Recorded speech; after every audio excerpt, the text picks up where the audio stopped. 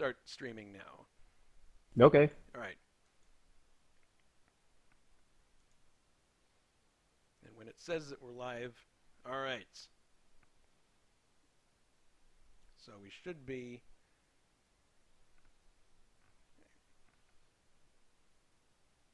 Thought to myself, no, this can't be right. All right, I'm going to start streaming now.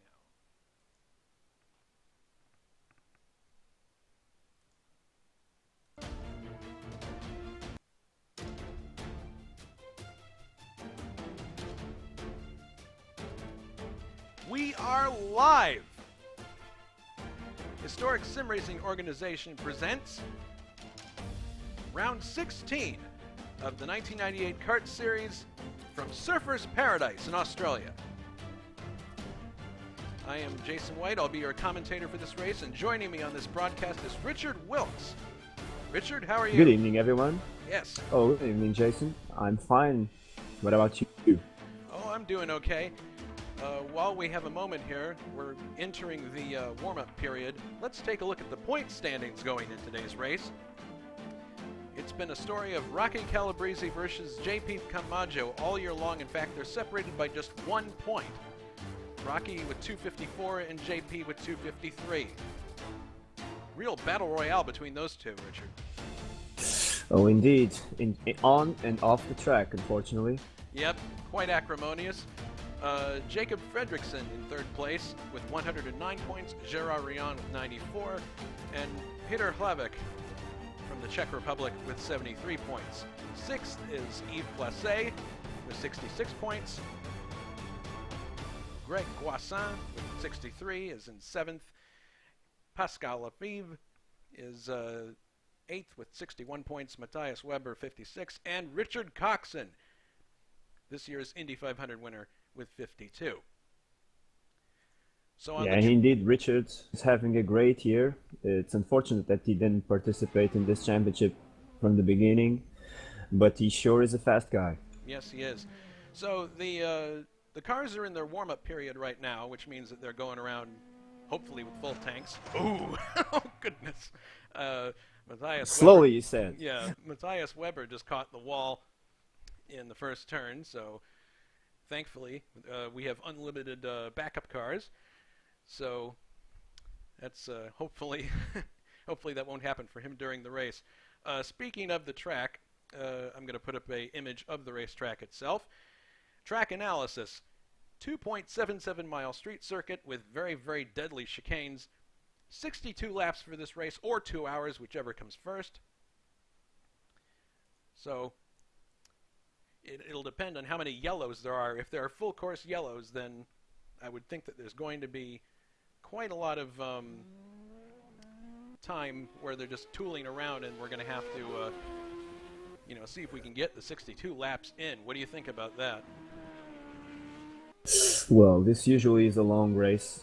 It's very common to go the full 2 hours distance, and well, we have not the full grid, but these people still like to hug the walls a lot, so we will see how that goes. Yeah, typically in street circuits like this, the fastest way around the track is also the most dangerous. You have to get really close to the barriers, like Jacob just did right there, in order to be quick. You can't just go through the middle of the track. You have to thread your way through to make it quick. And if you're off by just a little bit... Well, there seems to be a lot of carnage in our pit lane now. Oh, really? What's going on in the pit lane? Yeah, people left parts there, and people are crashing against them. Oh, boy. Oh, yep, there's one right there. There's Gerard Rion trying to get out. David Jacques, Canadian, who's driving my car today. I decided that I wasn't going to have another race where I'm only driving for 5 laps, and I figured I would be a commentator today. Thank you very much for joining us today, Richard. This is a real treat. It'll be good to have 2 perspectives on the race instead of just 1. Oh, it's my pleasure. You know, it's almost a dream come true.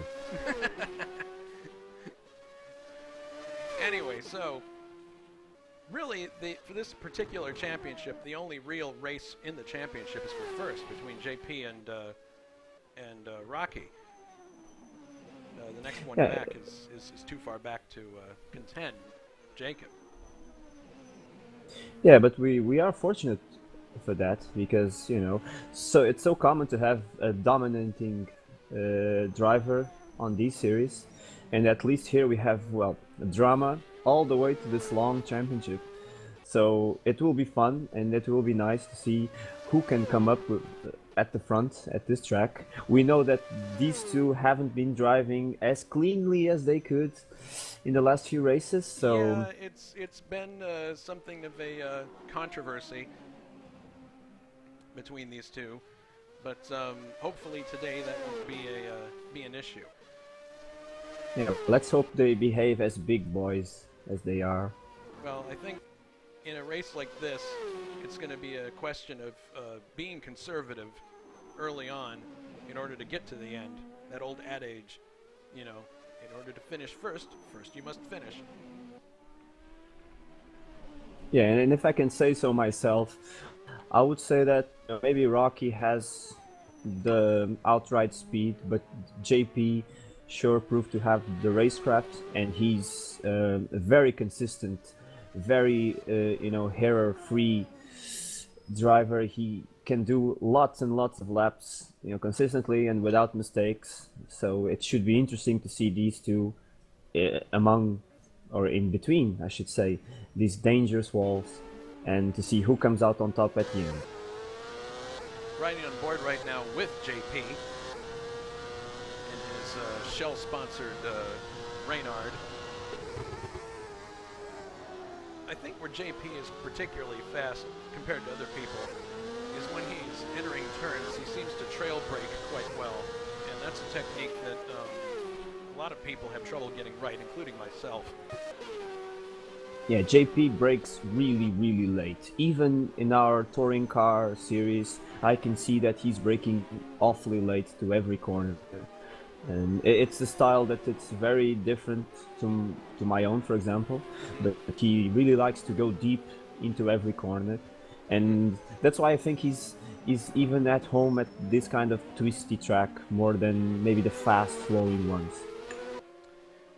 All right, well, we have, let me check and see how, we have 6 minutes to go in this practice, and I'm looking now at the times for the this practice session, or this warm-up session. Gerard Rion has turned in the fastest lap so far in this warm-up, 1 minute 30.772. Philippe Martinelli, 1:32.064. Of course, this really not too reflective of what we might see in the race, because the people who are qualified up front may not be in the back.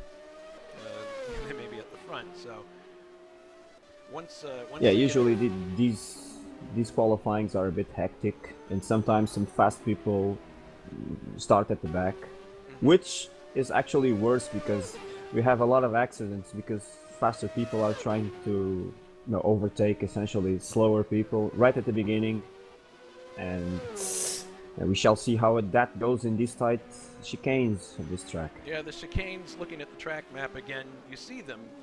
Basically, if you want to overtake at this track, you do it prior to getting to these right angle bends or chicanes. I would think preferably you'd want to overtake at a right angle bend if you can do that. Overtaking into a chicane, I'm guessing, is probably going to be perilous. Suicidal, I guess. Yes. A little bit of trivia from my part. This was the first track that I ever did a full race distance on my computer. Really? And back then it was in the IndyCar racing too. And the reason it's simple, it's because in the 1995 season, this was the first track of the calendar. Mm-hmm. That's true. It was. In 95, this was the first race of the series. I remember this track in particular in real life. Mansell, this was his first IndyCar race coming over in 1993. And the irony was that the last F1 race he had done prior was also in Australia. So ended his F1 career in Australia, started his IndyCar career in Australia, and he won that day, even though he was inexperienced at rolling starts and restarts. Eventually he overcame it and won on his first time out. Yeah, pretty impressive performance back then, I would say. No, that season in particular, '93, was excellent, and I was fortunate enough to go to at least one of those races. I went to the Detroit Grand Prix. That's a nice track.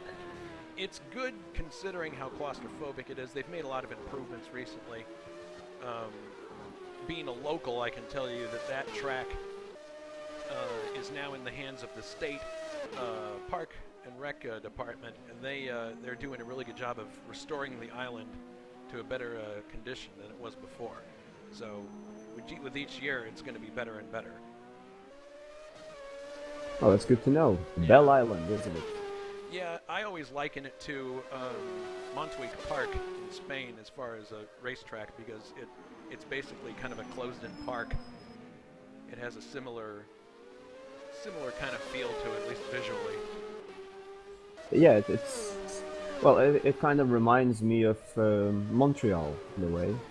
You know, that's a good comparison, because Montreal is, well, Ile Notre Dame is a man-made island. Belle Isle is an actual real island. But yeah, it does have kind of an Ile Notre Dame feel to it.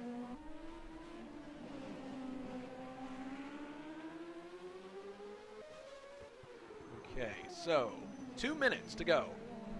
2 minutes, and then we will be setting off on the pace lap. Predictions for this You race. see people. Well, at the front, it's anybody's race between JP and Rocky. It would be really hard to predict, although I don't want to run away from my responsibilities. If I have to say a name, I'll have to bet on JP this time, because this track demands razor edge focus and concentration, and I think JP has those qualities. I can see him coming strong at the end. And what about you?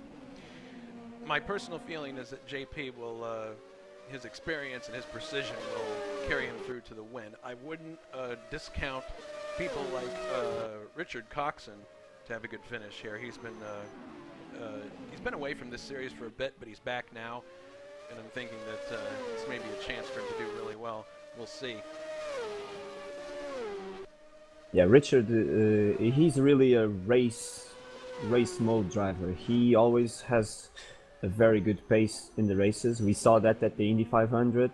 I see that in the Australian Touring Car Championships. I drive the same car as him, and he's always very strong in terms of race pace and in terms of managing his tires. So I can see him doing well here.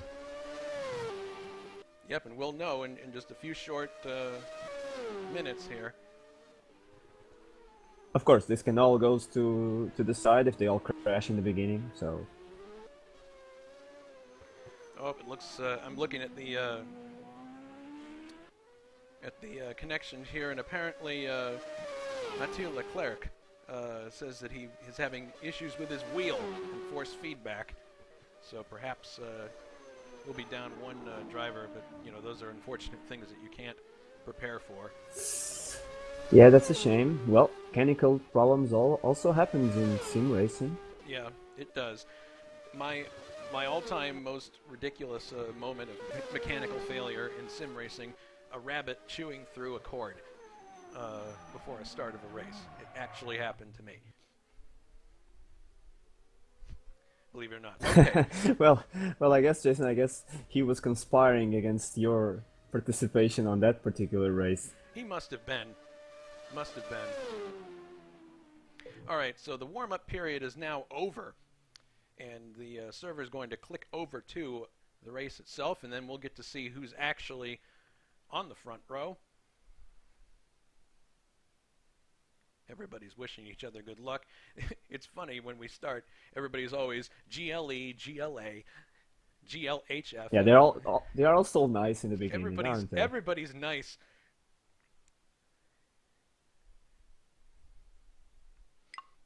Attention grid, will all non-essential personnel leave the grid now? Okay, so we're looking at the start-finish area here, and we're going to see the cars popping in a second, I'm hoping.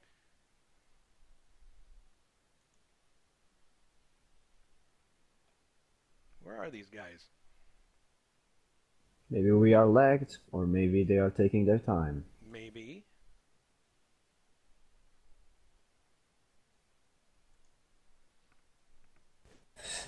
Yeah, but we already have the qualifying order, I think. Yes, there it is. Rocky's on the pole. JP is second. Jacob Fredrickson is. Oh, here we go. Yes, Jacob Fredrickson Yeah, we is have the third. Toyota Supra. Yeah, Matthias Weber is fifth. Jan Titz is sixth. Philippe Martinelli seventh. Raul Yareb is eighth. Pascal Lefebvre is ninth, and Gerard Rion is 10th. Safety car is out in front. They don't look very aligned to me. No, they do not, which is kind of odd. Pace car is pulling away, and here we go.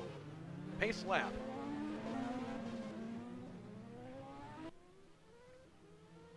Camera following Rocky. So basically, this is just going to be one lap around. It's a beautiful scenery, a beautiful racetrack. Let's hope a beautiful race. Yes. One more time, let's take a look at the racetrack itself. 2.77 miles around, 62 laps, or 2 hours. Rocky on the pole, JP in second, which is what we expected. Pretty much. Yep. And Weber's up there too. That's going to make for an interesting start because Mr. Weber is quite quick as well. Nice to see one Toyota up there. We don't normally see the Toyotas up towards the front, but Jan Titz is up there with the All-American Racers Toyota. Yeah, let's see how Jan Titz goes, because he's been a bit of a loose cannon lately. So let's see if the fact that these are open wheels make him go a little bit easier, at least, well, when overtaking or being overtaken by someone. Mm-hmm. And we also have our beloved Mr. Mods and Mr. Consistency, Alberto, here today. Yes, that's true. Alberto driving for the captain, Roger Penske. Doesn't he love those Marlboro cars? All right, we're getting close here to the start of the race. Safety car is bringing the cars around. Once we get onto the main straight, it won't be long. And the safety car will pull in and we'll have the start of the race. Yet another of these difficult chicanes here. Oh, this is the one that they can take relatively quickly if they want. I tried this chicane in practice, and it's you can thread your way through there quickly if you're daring. But my guess is that some of them will be taking it a little easy, at least at first. What do you think? Well, I know I would. But this track is a mix of, you have to be brave, but then being brave might also be a bit foolish. So let's see who takes it easy and who puts it on the wall, basically. Yeah, it could be anybody's race if there's a schmozzle at the first corner. Could be a busy day for the pace car driver. We hope not, but we will see. Coming around one of the very last turns here. This is the last turn. I think after this, the pace car will pull in. Yes, they will. So, keeping an eye on the pace car.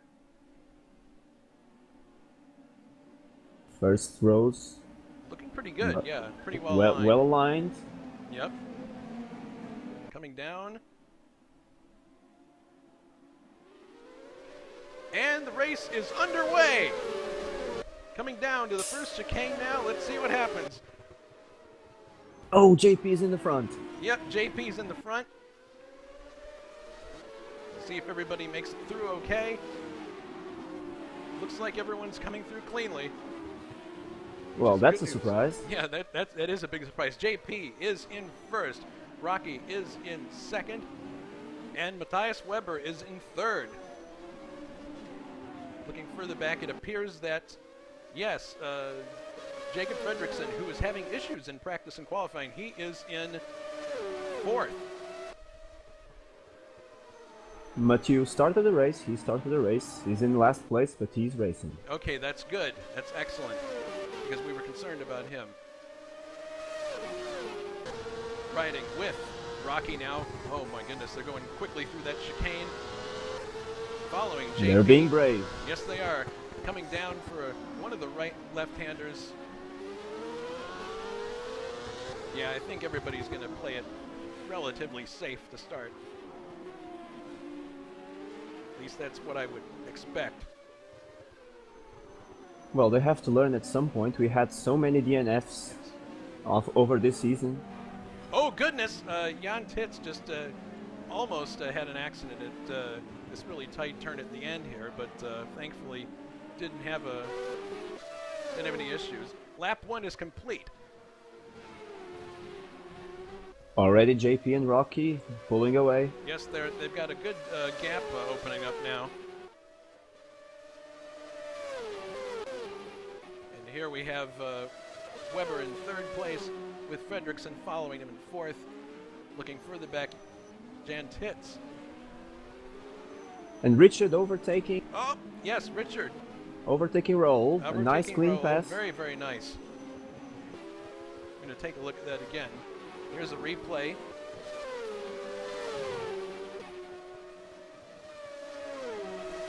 Down the inside. Yeah, perfectly timed. Back to live action now. Ooh. Rocky is looking menacing. Oh no! Oh, Raoul just crashed. Live action, Raoul just crashed. This is very likely going to cause a full course yellow. What a shame. That's very unfortunate. Oh my goodness. And he crashed all on his own.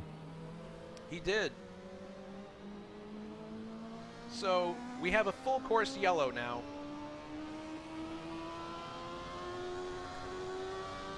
And that means all the carts slow down. Here come the cars through. Weber's in third still. So Raoul is our first casualty, unfortunately. Everybody's coming through the start-finish area now. It appears that everybody else is okay. Yeah, that's really unfortunate. That just happened when he was on his own. All right, we're looking. Yeah, he showed a promising pace.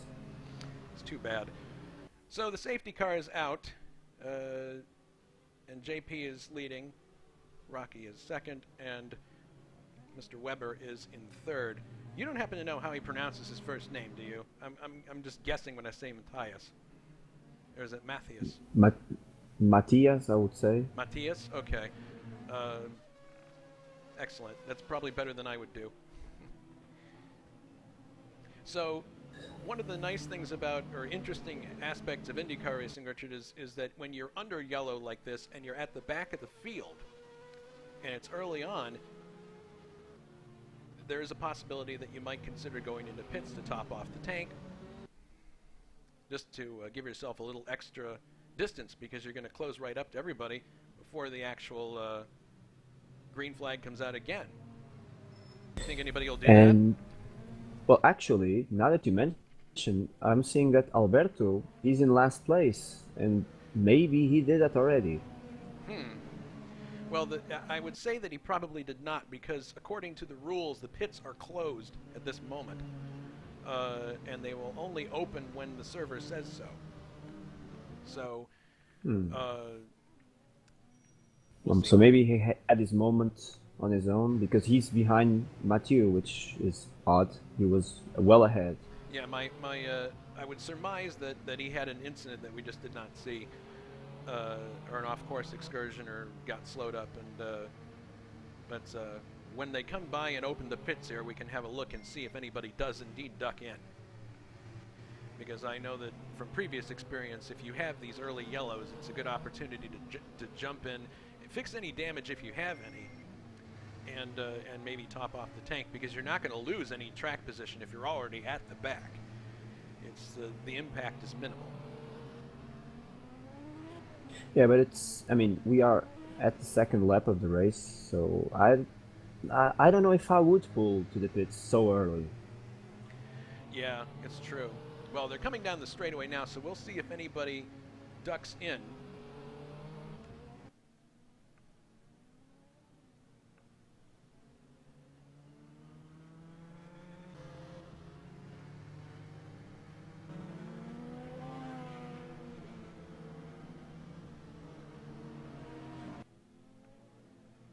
Yeah, there are people coming in now.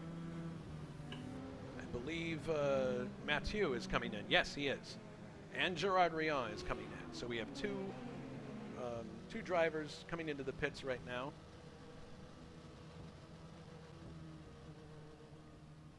Oh, Gerard's actually exiting the pits, so apparently he had been in earlier. And Mathieu is sitting in the pits right now. He's now leaving, so apparently they had damage of some kind. I would say so, yes. Yes, that was very likely what happened. Maybe they brushed a barrier. Being very careful not to... Well, we have the usual suspects at the top. If you can see, JP is of course leading. Then we have Rocky, Matthias Weber, Jacob, Jan Tits, and Richard. The top 6 now. Yes, I'm going to be really interested to see if Jan Tits is able to improve. Ooh, what? Wait a minute, Jason. We have a situation here. Who? Jan Tits is complaining about the stop and go for nothing. Really? Is it a possibility that he sped in the pits? Well, I don't know. He didn't seem to go to the pits at all. At least that we could see. I think maybe he can be the car order behind the safety car that played with him, or some kind of problem with that. He may not have been lined up properly at the green flag, or he may have overtaken somebody before the start-finish line. Possibly. Well, this is something we'll have to watch, and obviously this is a penalty that will be assessed under green in order to have its effect. You can't take a penalty of this kind when it's a full course yellow, so he's going to be, that's a hammer blow if he's going to have to come into pits and take that penalty right at the green flag. Yeah, it sure will take its toll on his prospects for this race. Yes, but it is a long race, 62 laps, of which there are only 3 gone now, so who knows, if the attrition rate is high, which is what we were expecting anyway, he may be able to recover from it. Yeah, it's a long race. There probably will be more casualties, so maybe he can still get a good result at the end. So, looking at the order, once again, after 3 laps, JP is in first, Rocky's in second, Matthias Weber is in third, Jacob Fredericks in fourth, Jan Tits is fifth, Richard Cox in sixth, Pascal Labibre is seventh, Peter Hlavek is 8th, Philippe Martinelli 9th, David Jacques is 10th, Alberto Ibanez 11th, Gerard Rion is 12th, Mathieu Leclerc is 13th, and last is Raoul Jareb, who unfortunately had an accident on lap 1. Or I believe it was lap 2, but he was on lap 2 when it occurred, and 1 lap completed. So, and here is Jan Tits coming into the pits now. So apparently, well, maybe Jan knows the rules better than I do. Maybe he can make this stop. Well, or maybe Jan is being cheeky. We don't know. Also, Alberto is in. Gerard Rion is in. So my guess is this is for damage for those 2 that they didn't fix. Jan is now leaving the pits. Well, maybe Alberto is playing tactics. We know he likes to, shuffle the order a little bit. Oh, and they both come out of the pits at the same time. But that was close. Yeah, close. Of course, you can overtake in the pits when you're under yellow, but once you get to that blend line, whoever gets there first has got to the other guy's got to yield to him. So let's take a look at the front of the field here. Yeah, we still got JP in front. So the front of the field remains static, and we'll be going back to racing here very shortly. Probably in one more lap. I think these two will be shadowing each other the whole race, JP and Rocky. Yes. The other question to answer is how many stops are there likely to be in this race? I would say probably 1 or 2. I would say, well, for fuel, probably 1 because we already have a full yellow. We probably will have more. So I think in terms of fuel, people won't be so pressed. Yeah, it's true. The other thing about being under yellow like this is you can cut your boost back to the lowest level and have it sipping fuel on its way around to save a little bit more fuel, and then punch it back up to the full boost setting for the restart, which will be happening soon.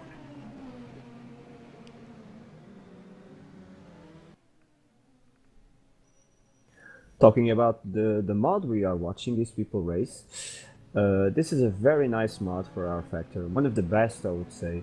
Beautifully done cars, beautifully done physics.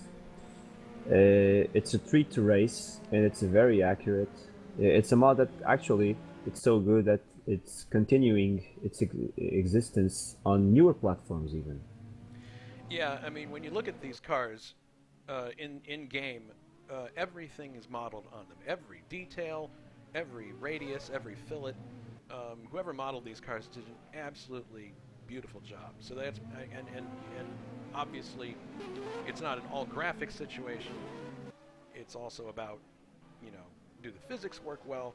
But I would say that the way the cars look is just as responsible for it being a good mod as the physics itself. So pace car is now coming down. I think we're probably going to get a green at this point. We'll see. Yes, the pace car is heading for the pits. JP taking it steadily. Yeah. And it's the restart. And I saw at the back Jan, I think, going to the pits. Really? Well, unfortunately, I guess he couldn't take that penalty on his... Ooh, goodness, Mathieu Leclerc getting way out of shape as he's coming through there. But JP is in first. And Rocky is still in second. Gerard Rion also in the pits. Oh boy, more drama for those two. Yeah, it looks like everybody's gotten the message that they're going to take it easy and not get too out of shape. JP going all out of it. He's locking wheels left and right. Yep. Goodness. Through that really tight hairpin, we're on board right now with Rocky.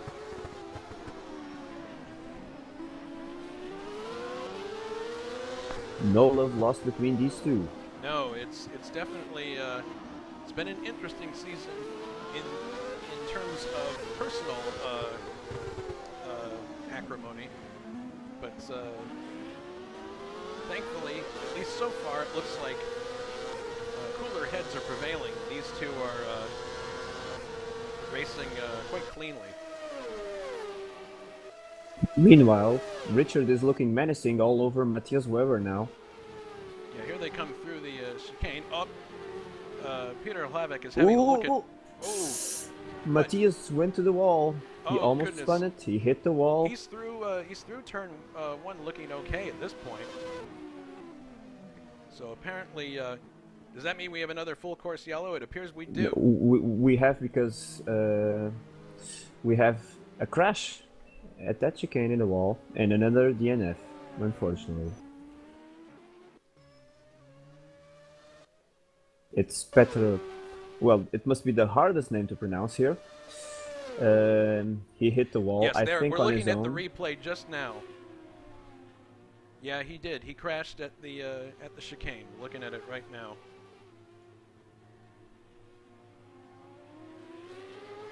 That's really unfortunate. Yes, another contender that, well, retires, and 6 laps completed so far. We are down to 12. 12 cars now in the race, indeed. Well, typically with these races, what happens is there's a lot of yellows early on, and after the herd is thinned out, there's less of these. So hopefully, after this incident, we will get to a point where there won't be as many accidents. We'll see. We will also see if Matthias goes to the pits, because I don't know if he can. Well, I don't think he got away with any damage after that, but maybe it's manageable. We have to see. Well, I'm looking at his car right now, and there doesn't appear to be any obvious damage. I don't see any dents. I don't see any wings hanging off, so at least visually it appears that his car is all right. But of course, he could have a suspension issue, and then we can't see that. The pits are still closed, so everybody's going to go around one more time. But we'll keep an eye on Mathieu Leclerc here and see if he indeed comes into the pits.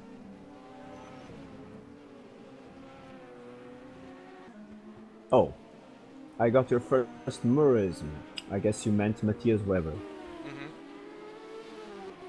Yes. What about him? Well, you said Mathieu Leclerc, but we were talking about Matthias Weber here. Oh, well, there you go. So it was actually Matthias Weber that had the incident you're talking about? Yes, yes. Okay. He was in front. He was in front of Richard. Richard was looking very menacing, and I guess the back end of his car went away, and he hit the wall with his front wing. But fortunately for him, the front wing appears to have no damage. So we shall see. Okay, looking at him now, actually, I believe he is actually down in the order. Let's have a look. No, he's in third right now. So Yes, he scared everybody behind him, so everybody, there we go. you know. And I think that was the cause of the accident from Petra, I believe, because people scared, they got scared at that chicane. Maybe he jumped on the brakes and the car hit the wall. Unfortunately, we only caught the very end of that accident with the replay, but now riding on board with Richard, looking ahead at Matthias Weber. I don't see any damage to the car. Well, the telltale sign will be when he comes around and if he dives into the pits. Here come the cars right now. JP first, Rocky second. Yeah, it looks Of course, this gave the opportunity for Jan Tits and Gerard Rion to catch up the field again. Yes. Yes, this is a huge break for them, now that I think about it.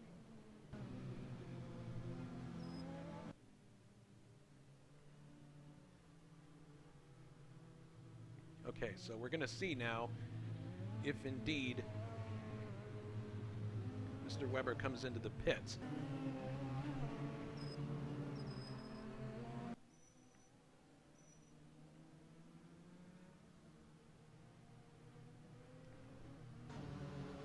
I guess not. No, I guess not. He's still out in the track, so apparently he got away with it. Good What news. a lucky man. Yeah, very lucky indeed. That was probably his lucky pass for the day. Hopefully he'll be able to keep going without any trouble. Now, a person that must be a little bit upset at this moment must be JP. He obviously doesn't like yellows that much, and he also obviously doesn't like when the pace car is going slowly. And judging by the distance he is keeping from the pace car, I think he must be cursing right now. Probably, if we were to listen in on the pit radio for the Shell team, there would be words that we cannot say on TV. George Carlin type words. But oh, you can see Mr. Weber back there weaving back and forth, trying to keep his tires warm. But he's still got another lap or so to go before they get back in. Are you saying that JP is the George Carlin of HSO, Jason? No, I'm just saying that in this particular instance, he probably would have colorful things to say, and I probably would too, because he's had two restarts, and this pace car and this for this mod is, or this particular track is quite slow, and it levitates. Sure takes its time flying around. Yes. There's Richard scrubbing in his tires, looking down the straight here. Fredrickson, Levine, Martinelli, Leclerc, Ibanez, and Gerard in the Swift, who's had several good runs in that car. He's actually... Yeah, he's been very... Well, Mr. Steady, actually, with that car lately. Yeah, looking at the point standings, he's fourth right now with 94 points. Yeah, that's a very good result for him. Yeah, very good. Yes, Richard weaving and weaving around.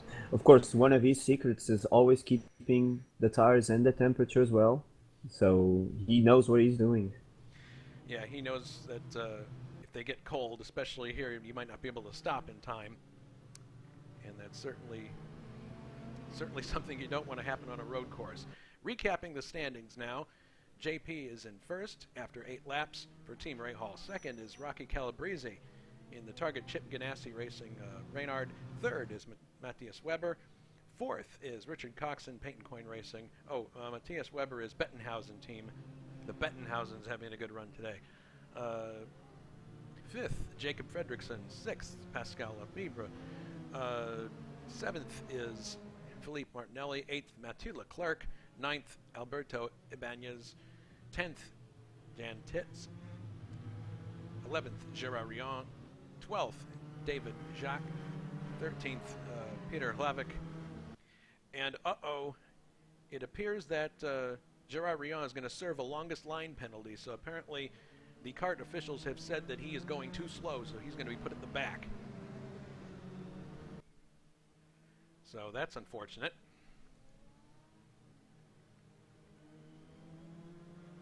Well, unfortunate, and I don't know if not the glitch, because he is not at the back. Well, in any case, it's not going to be a problem for him, because there he is letting David Jacques by. But actually, it's not going to be a big issue because he was at the end of that line anyway. So it's not a huge problem. I've had that happen to me in oval races before when I was already last in line, and if I could, I would extend a big middle finger at the officials as I go by the stand, because it's like, well, whatever. I'm already in last place. What do you want? So I wouldn't be surprised if Gerard is dealing with some kind of damage on his car, because he doesn't seem to be as lively. I mean, granted, it is a yellow lap, but he doesn't seem to be particularly... he's not weaving the car back and forth. Well, I guess he's Mr. Steady even on that. Yep. Perhaps he is. Alright, so with that, we may have one more lap to go before we get back to green flag racing. What does this do to a driver's rhythm, Richard? I mean, you get into a situation where you're ready to go, everything's, the adrenaline's pumping, and then you have to slow right back down again. Well, the most dangerous moment is when you arrive to that first breaking point, because you get cold, your car gets cold, your rhythm goes off the window, of course, and then basically you have to mentalize yourself before the safety car goes away, so that you are already on race mode again, when the safety car goes out and you can accelerate again, because that first braking point is really dangerous. It's very easy to overshoot it because you obviously didn't start accelerating in the right moment, and so it all boils down to how well you can concentrate before the pace car goes away.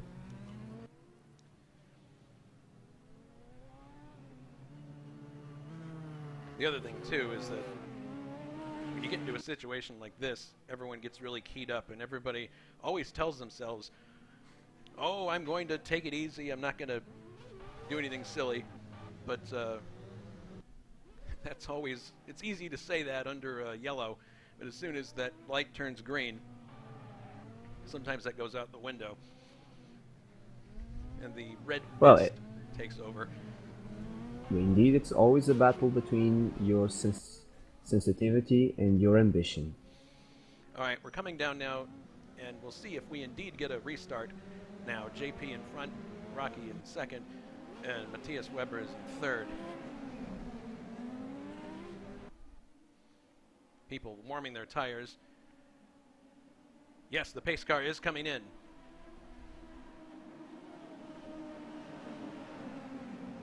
Watching for the restart now. And we have the restart now. Coming back down to the first corner. Watching the chicane to see if everybody gets through okay. It appears everybody's all right. JP pulled out a good distance on that restart. Indeed, he did. Oh, Richard down the inside and takes Matthias Barb. Oh, and we've got an accident. Pascal Lefebvre. Beautiful maneuver. Pascal Lefebvre got into a bit of a incident there. And he's dropped way back now. Just in front of Gerard Rion. So let's hope we can keep the yellow away this time. yeah, that's one thing that we don't want to have is another yellow. Back up to the front. Oh, it appears that Rocky is closed now on JP, and he's going to go for it. Oh, he almost had him on the inside, but thought better of it. Didn't have enough room. Matthias seems to be in some kind of trouble. Yeah. I think he's going very slowly now.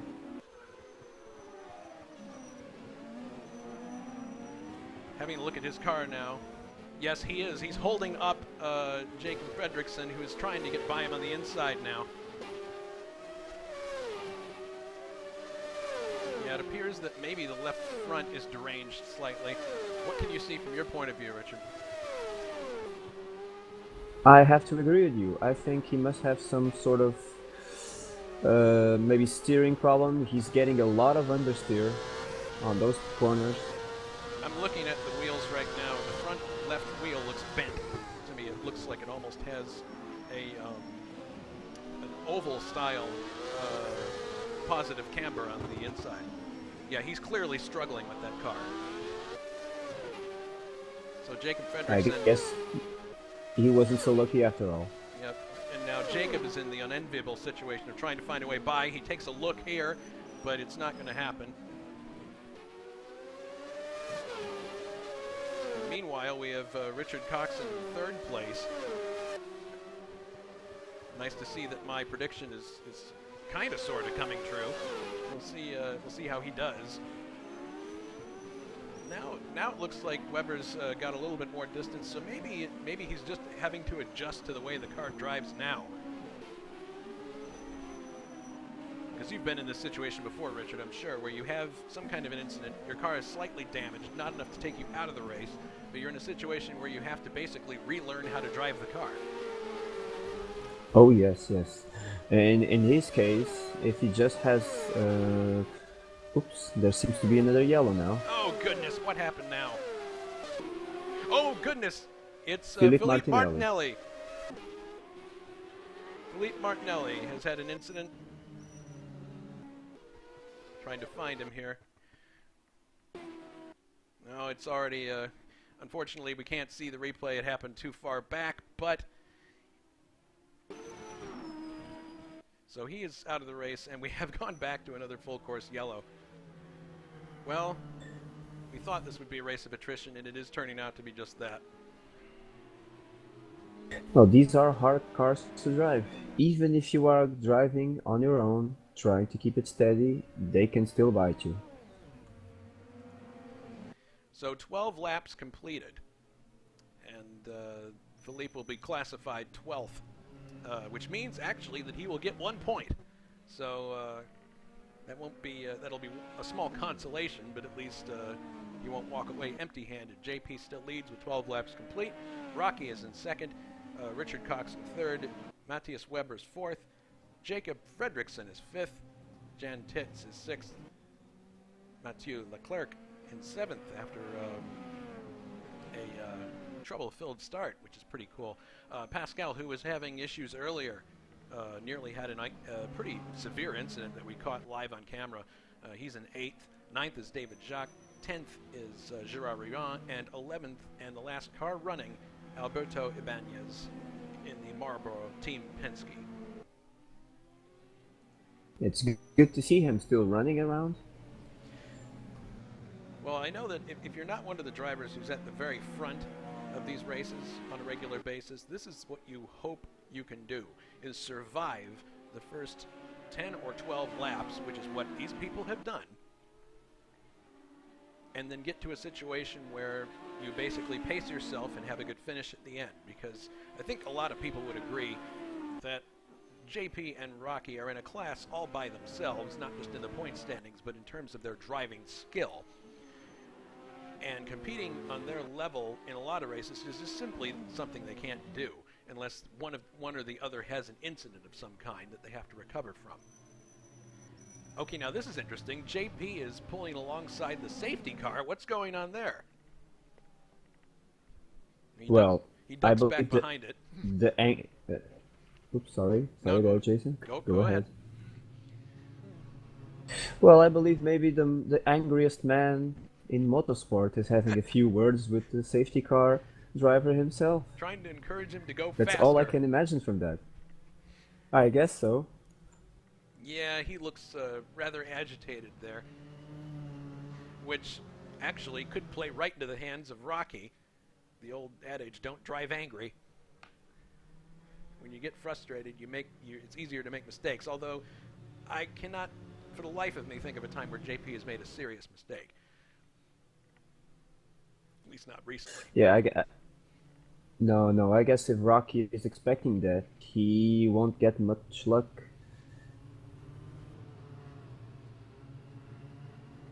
If I were to pick where... And... Sorry, go ahead. Yes? No, I was just going to say that, well, Richard is indeed in third now, looking menacing. We'll see how or what sort of speed he can go when the safety car now pulls off. If he can follow Rocky or not, it will be interesting. Yeah, this is actually sort of a replay of the Houston race that we had a while back, where JP was leading with Rocky and Richard was right up there. So this is kind of the same scenario.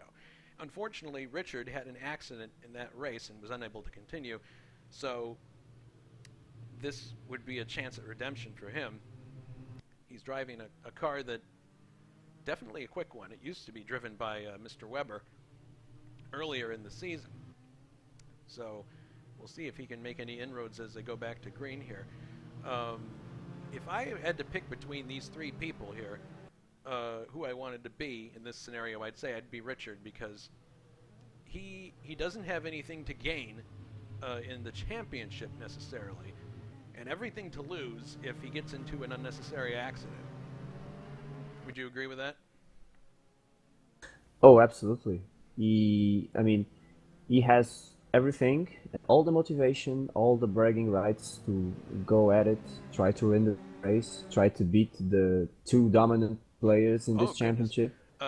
For sure, it's an extra motivation.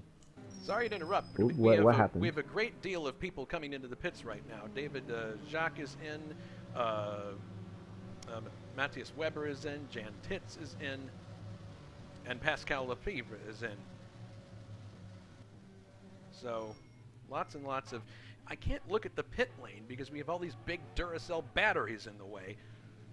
That's Yeah, frustrating. indeed. The Duracell batteries are, Yeah, we can only follow the cars. and they're coming out of the I pits was now. going to say we can only follow the cars. Oh yes, I believe your feed might be a little bit delayed Slightly. in relation to mine. I think, yeah, a bit, but it's okay. We can manage that for our audience. Yes, we are professionals. Oh, absolutely. So David Jacques, let's give him a bit of TV time. He hasn't been in this series for a while. He's driving my car today, the Hogan number 9, and he's looking quite good today so far. He is Yeah, currently he's running keeping in it 8th steady so place. far. 8th place. Looking good.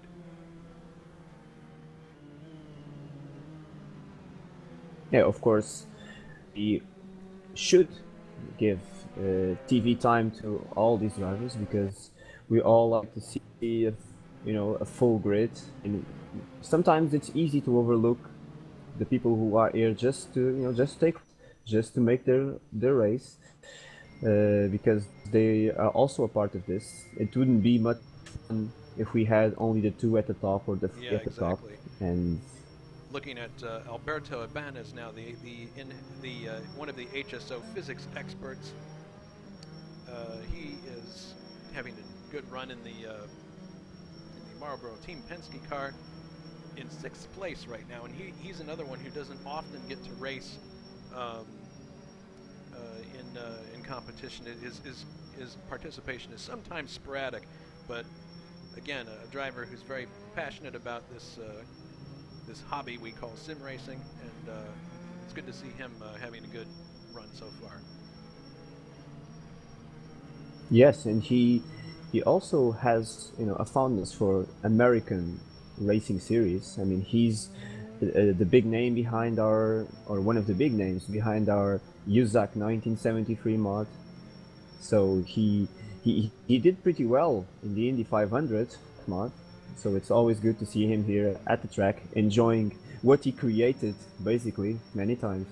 Yes, for those of you who are not HSO regulars, HSO has not only a good racing community going, but we have very strong factory content that we work on all the time.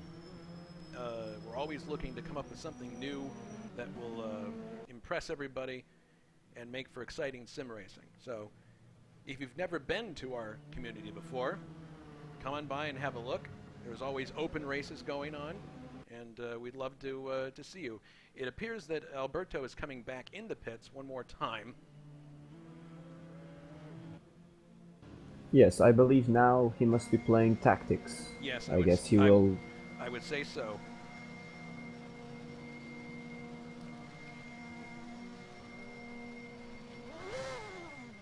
Oh goodness, he did rev his engine quite a bit there. I hope that didn't cause any damage.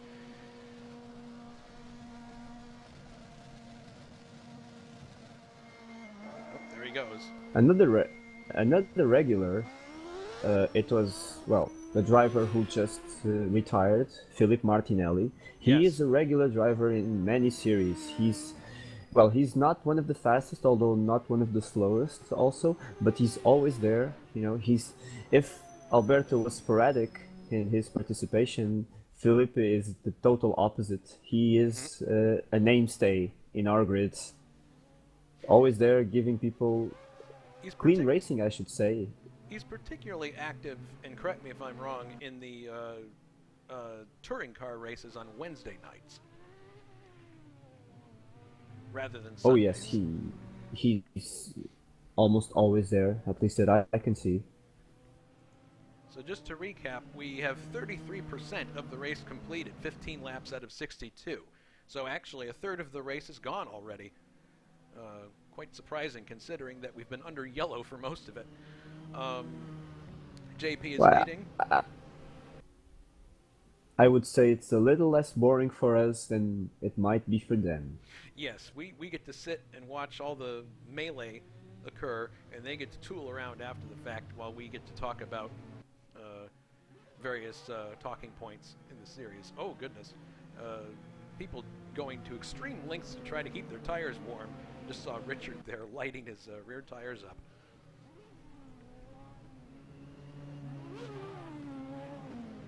JP is probably thinking to himself, okay, can we keep it together for a few laps, please? S'il vous plaît. Oh.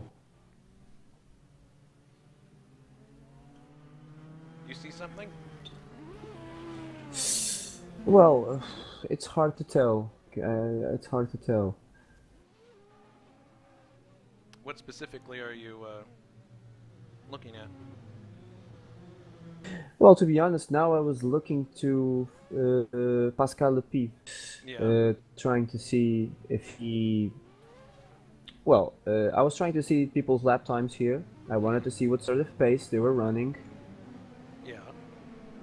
And I can tell, for example, JP seems to be able to run at 129s, 130s. Yeah.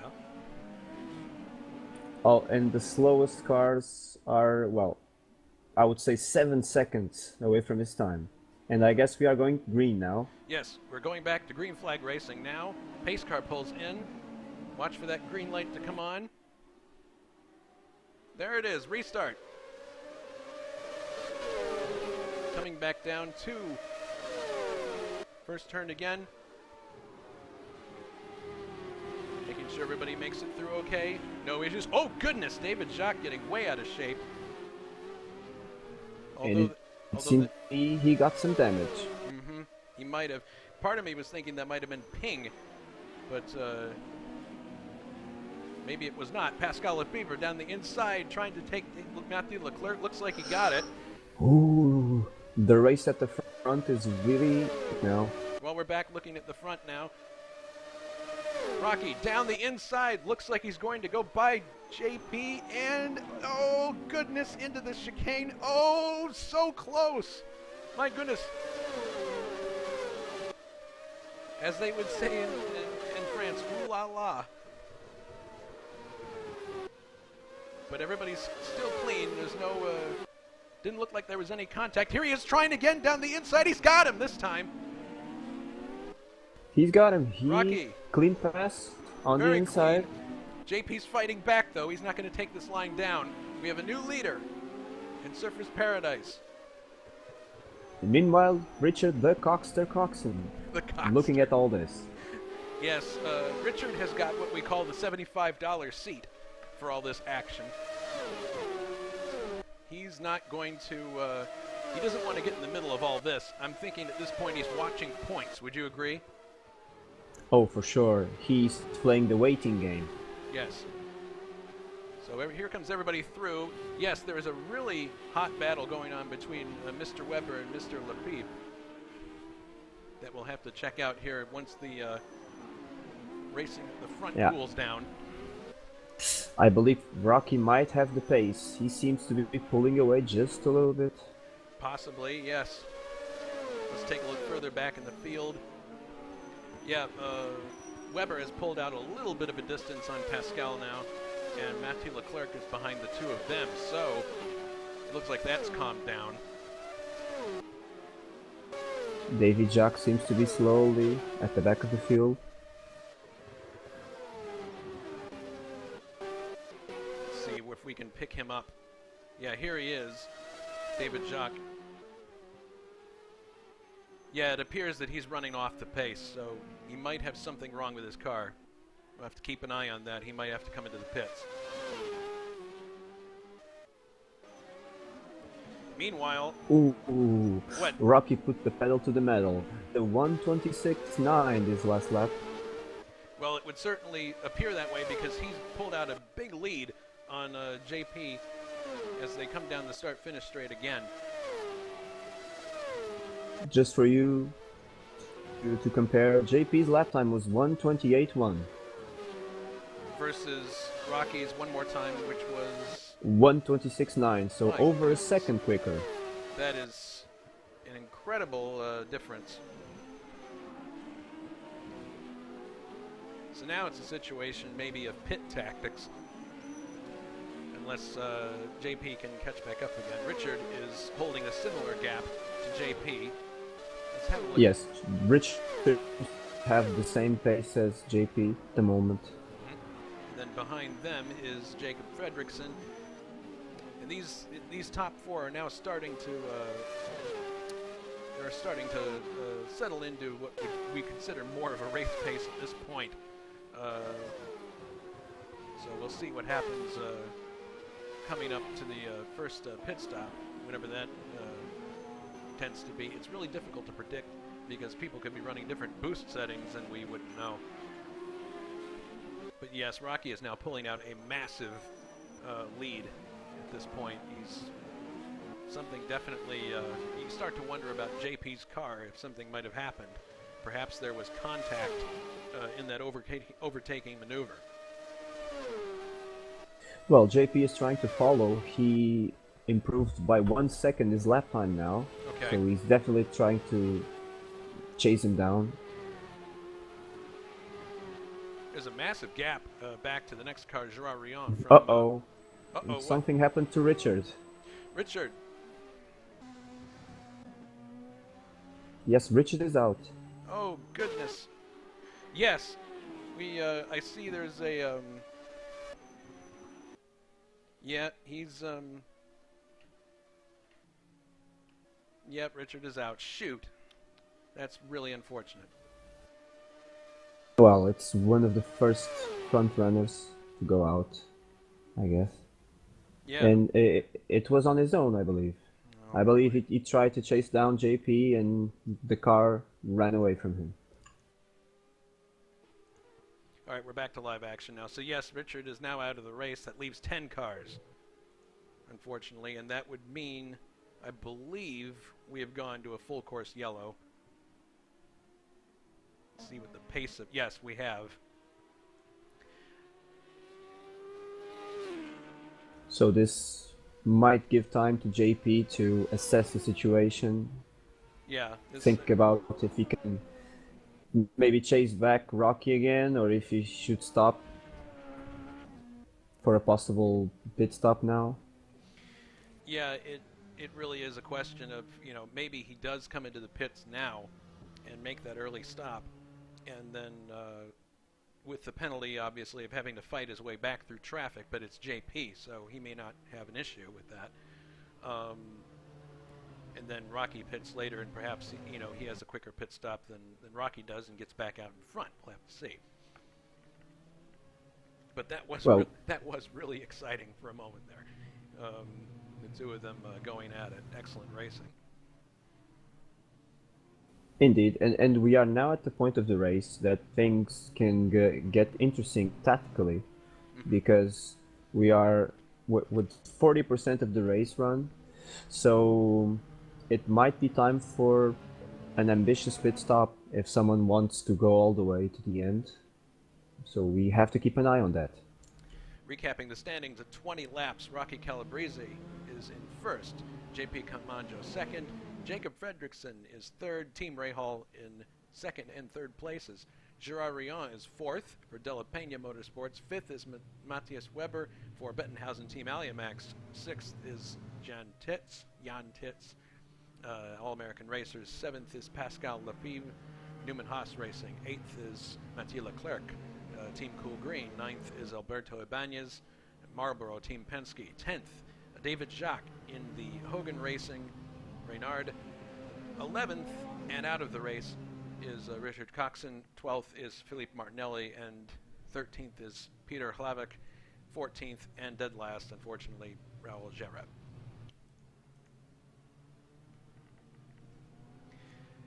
So we'll see here if anybody does come into the pits. I agree with you that this may be a time for tactics. It'll be interesting to see not just if the front runners take pit stops, but if anybody in the back decides to take pit stops.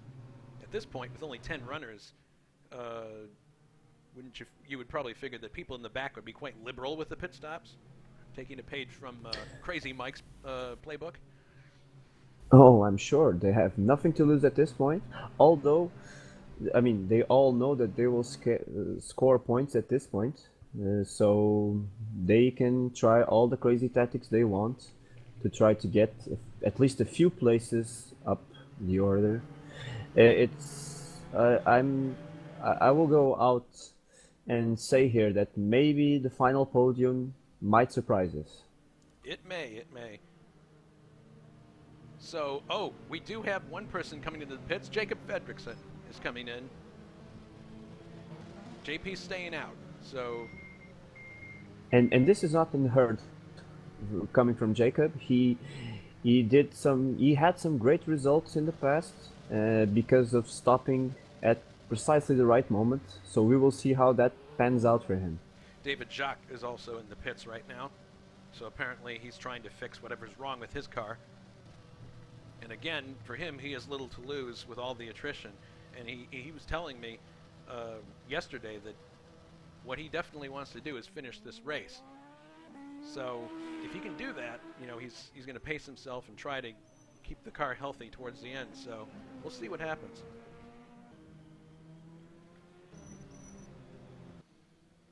Yes, and now it's Rocky's turn of getting pissed with the pace car, I suppose. Yeah, now he gets to tool behind the pace car and wish it was going faster. In some of these tracks, unfortunately, we have the difficulty of the pace car's path not necessarily being ideal.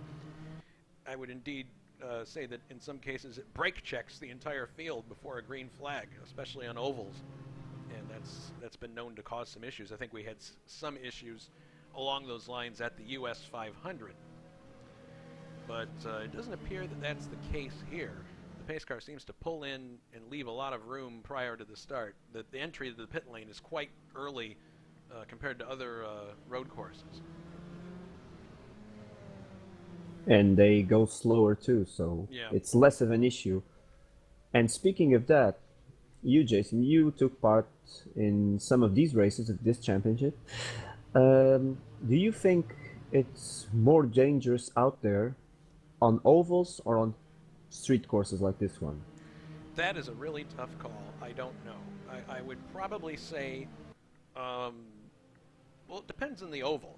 I mean, if you're talking about Michigan, there's plenty of room to maneuver. And I managed to get pretty far in that race before I had an incident all on my own. It didn't involve anybody else. So if you're talking about a short oval like Milwaukee or Nazareth, I'd say that's probably even dangerous. This is gonna sound like a cop-out, but I'm gonna say that they're both equally dangerous, but for very different reasons. Usually if you crash in an oval, it's because you tangle wheels with somebody or the car pushes out into the wall. Here, it's a situation of missing a braking point, usually. Well, I would have to say, and I know it's a controversial topic, but if we didn't have, well, if we did had more people ovally experienced in our field, maybe the ovals wouldn't be so hectic.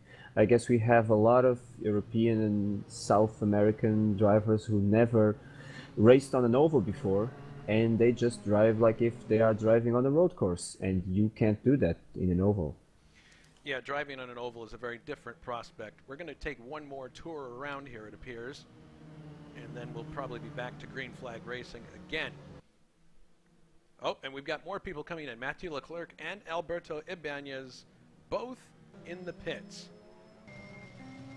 I guess Alberto must be playing tactics too.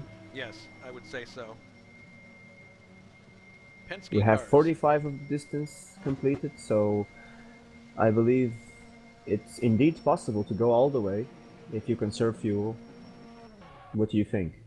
I would think it's possible. I mean, the smart drivers at this point are definitely taking their boost all the way down to 1 in these instances. There goes Matthew out of the pits.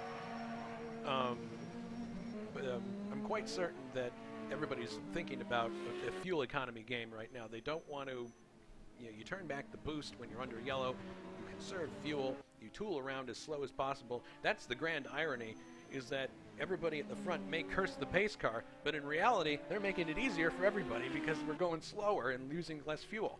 So it does make it possible to go further than if you weren't going that slow. Well, indeed, and we have our first post reaction from our reporters down in the pit lane Yes? from Raul Jarab. He is saying that there was really a big mess at the start. I was told to stay behind JP, but it was the wrong place since he was at 8th place at the time. So he got a stop and go penalty and was moved to the back. And he says that messed his concentration, and so with cold tires he smashed directly into the wall. Oh, goodness. Or into the bunker, as he put it. That's really unfortunate. I think you would agree with me, Richard, that you try to prepare for every possible contingency as you're driving. You think, what's going to happen if this happens, I have this plan. But there's always something that happens that's out of your control, that you just can't anticipate, and the next thing you know, you've got an issue. And it's the same way in real racing. People, the best laid plans, and then you get to the start and the car won't start. So there's some things you just can't prepare for. Oh, indeed. I mean, that's why this is motor racing. You never know what will happen on Sunday, right? No, but of course, the good news is there's always another race the following week. So Indeed there is. And nobody gets hurt here. Nobody gets hurt, yes. I think the only way you could get... the only possible injury that you could have would be eye issues if you're driving too long.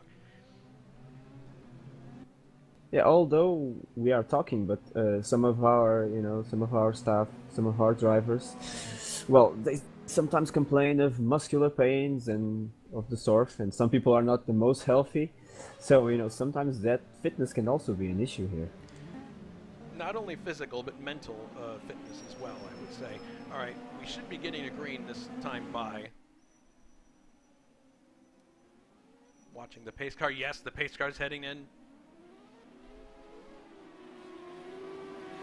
Rocky taking it slowly, Yep. At the beginning. Restart. Oh, and JP goes right on his tail. Yes, they're tight against each other as they're coming through. Oh goodness, really quick through there. JP is determined that he's going to use this opportunity to the fullest he can. Oh, he might have tagged the wall as he came out of that chicane. Hard to tell there. Here they are coming down. Oh, Jan Titz trying to advance.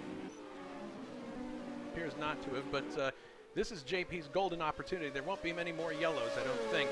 Oh, and Jacob took Philippe Lepive. Great overtaking maneuver. Very clean. And he's up one spot. Here's a replay of that overtaking maneuver. Watching Jacob. There it is. Dives inside. Very clean. Excellent. And now Leclerc is all over Pascal as well. Oh boy. Things are about to get really crazy in the back here. And he's got Alberto back there, so if he makes one wrong move, he could very easily give a position to him. And David Jacques is back there. Oh! Alberto on the inside! Oh, goodness! That didn't quite go the way it should have. There wasn't enough room there, and it looks like they're both no worse for wear, but man, that was really rough. Here's a replay. That was really, really scary. Yeah, the two of them coming through here. Alberto goes for the position, but he's not all the way alongside. And there's contact there, but hopefully nothing that will... Yeah, I guess Alberto was overambitious there. Maybe just a tad. That's the problem with all these yellows, is you lose your rhythm, and it's very tempting to be aggressive. He's still following him. Oh goodness!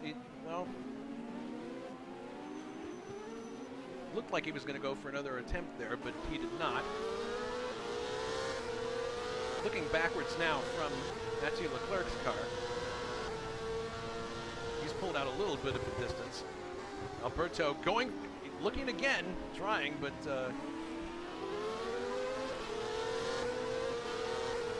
Yes, at the front it seems to be again the situation that Rocky is pulling just slightly away from JP. Oh boy. Well, in that case, on actual green flag competition, it appears that Rocky has the upper hand. It may be a pit tactic, but Alberto is climbing all over the back of Mathieu, trying every which way to get by. Clearly, Mathieu is holding him up. Wouldn't you say? Eh, it seems so, and a bit in front of those two, we have also Pascal and Jan going at it. Right. Yes. Jan Titz, who had a penalty earlier.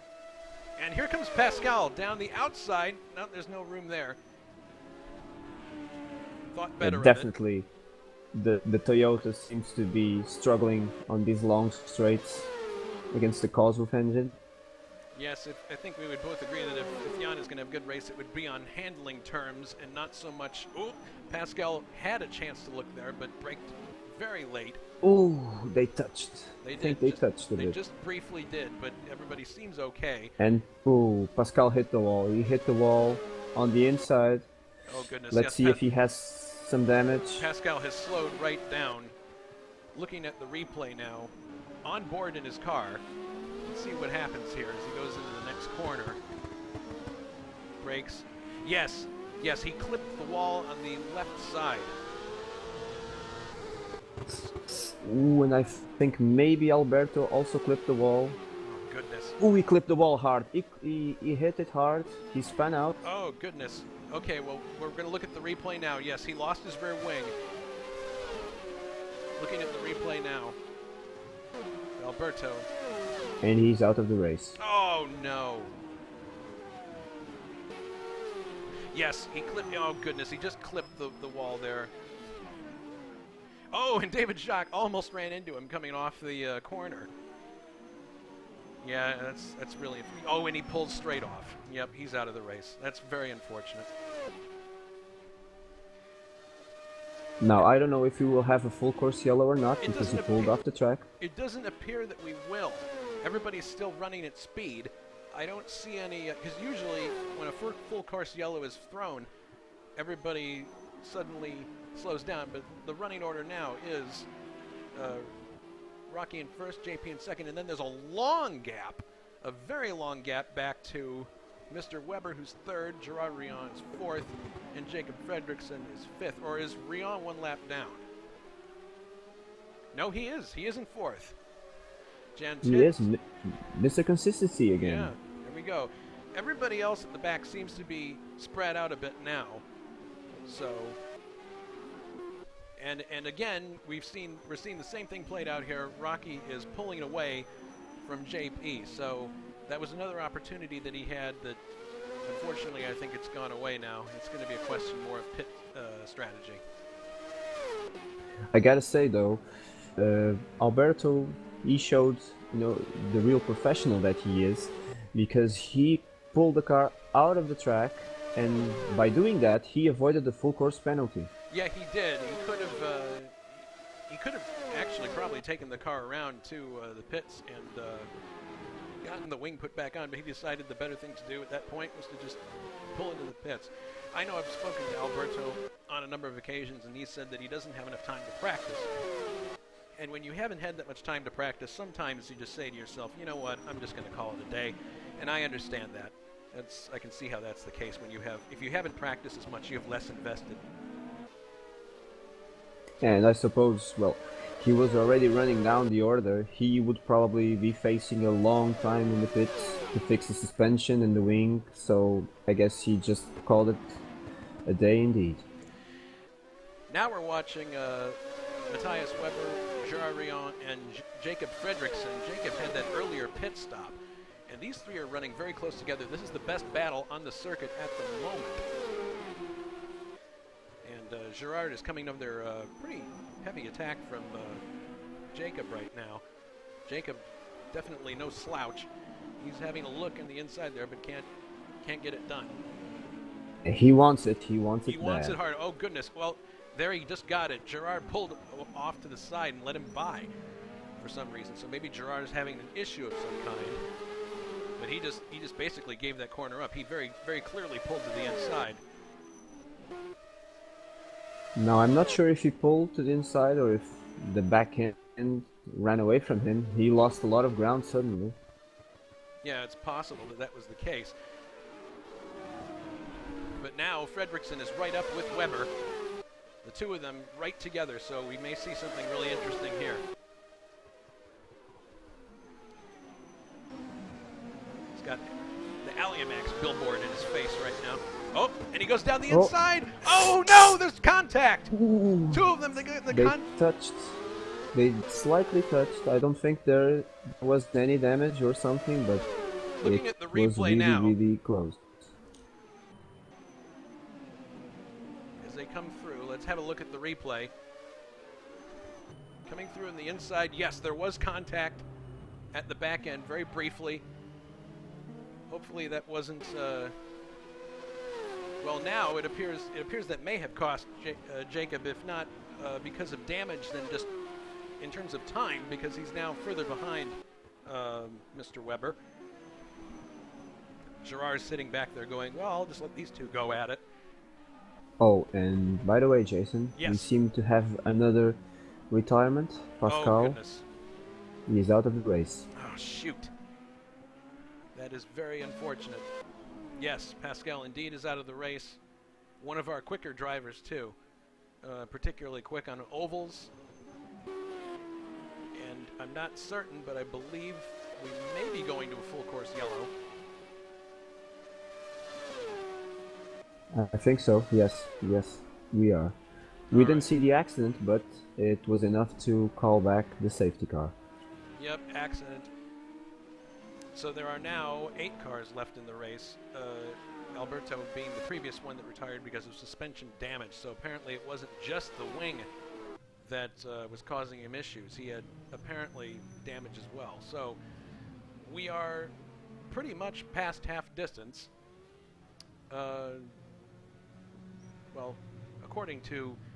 That's interesting because the race says we're 56% completed, but we've completed 29 laps, and that's basically halfway.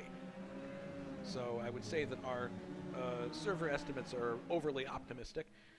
In any event, Rocky is in front. JP is in second. Matthias Weber's in third. Jacob Fredrickson's in fourth. Those two, in my mind, are going to be the ones to watch when we come back to green. Unless JP can put a move on Rocky, because those two are very close in terms of performance. Gerard Rion is fifth. Jan Titz is in sixth. Mathieu Leclerc is in seventh. David Jacques is in eighth. And those are the only cars running at this point. Looking at the retirements, ninth from an accident, 28 laps complete, is Pascal. 10th, Alberto Ibanez, 25 laps complete, suspension damage. 11th, Richard Coxon, 19 laps, accident. 12th, Philippe Martinelli, 11 laps, accident. Peter Hlavik, 6 laps, accident. And Raul Jareb, 1 lap, accident. Meanwhile, we have more reactions in the pit lane. Oh boy. Richard the Coxter Coxon, he said that he had a brilliant start. I gained about 5 and 6 places in the first lap. Then I overtook Jacob and Matthias going into turn 3, but it all came to nothing as usual. My form in the kart series is dreadful at the moment. Oh. It was looking good for me, I believe. I was running on boost free the full time, so hopefully my strategy would have kept me in the top 3. Oh well, on to listen to the broadcast. So let's be careful with what we say, Jason. Oh boy. Well, if you're out there listening, Richard, and if you'd like to come on and make some comments on TeamSpeak, we would be more than happy to have you as our guest. I'm pretty sure he knows the TeamSpeak. Oh, we have both leaders coming into the pits right now, and Matthias Weber's coming in as well, Matthias. So this is going to be... So all the action in the pits now? All the action is in the pits. We are on board with JP as he pits, and Mathieu Leclerc is in, David Jacques is in, everybody's coming in. It's a party down there, Jason. Rocky is just leaving now, and so is JP, so Rocky's going to beat him out of the pits. Well, unfortunately for us, that kind of takes the... Jacob got Matthias stuck. Oh my goodness, there is. There's a bit of a. What is going on here? Matthew Leclerc. Yeah, Matthew Leclerc is stuck behind Jacob.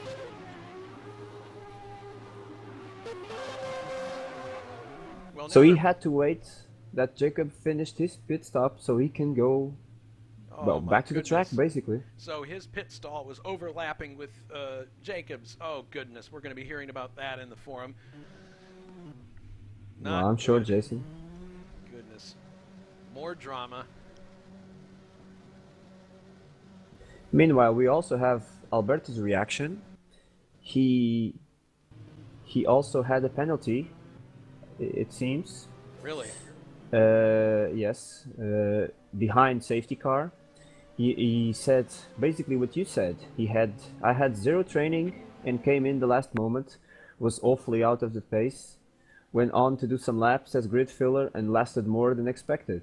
In the end, I got tired and was not with my head anymore in the race, so I brushed the wall User entered your channel. and killed the rear suspension when following Matthew. I think I managed to stop the car without causing a full course yellow. Well, indeed you did, Alberto. Well done there. That's exactly what he did, and it was a very sportsman-like thing to do. If we were giving out sportsmanship awards today, Alberto would definitely receive it because again, basically, he avoided a full course yellow coming in there. And I believe we have Richard Coxon joining us in the booth now. Richard, can you hear us? I can. Oh, Richard, sorry to see you out of the race. You were doing really well, and I had actually tipped you to be a surprise favorite for the race. But unfortunately, it didn't quite go as planned. No, as I said on the forum, my form at the minute's just, I haven't got any, so not very good at all. Well, the good news is there's another race next weekend, the International Trophy, and that's a big race for you actually, because it's basically going to decide the Gold Star HSO Championship for the year. What are your thoughts on that? Well, I'm hoping I can get a top 3. I believe that's all I'll need due to the race length if Mike wins. So that's what I'm aiming for. Anything else is a bonus, and just hopefully I can finish that one. So. Richard Coxon Oh, from come on, Sheffield, Richard. England. A steel town, I believe, correct? Yeah, that's very correct. Mm-hmm. I myself am from Detroit, and that's an industrial town as well. So I'll bet as far as towns go, you and I have a lot of similarities. Yeah, I can imagine. Except we haven't got the lovely seaside, sea views and everything. But well, if you want to call the Detroit River a sea view, okay. Anyway, we're watching the. We just had a lot of pit stops, Richard, to bring you up to speed. Rocky managed to retain his lead. JP is right behind him. And basically, if it weren't for all of these yellows, Rocky would be pulling consistently away. He seems to have the legs on the straight versus JP.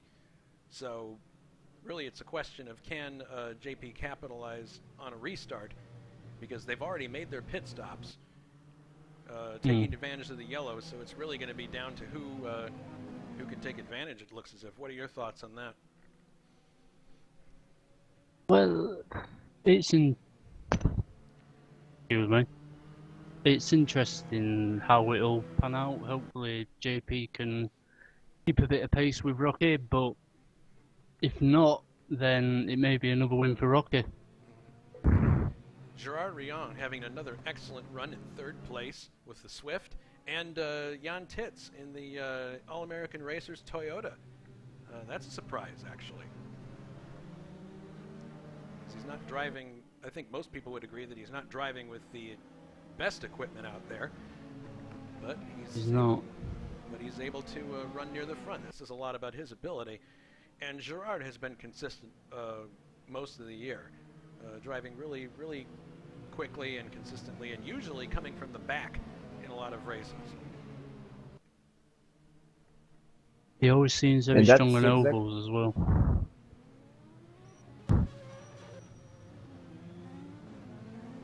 Indeed, he's been strong at ovals.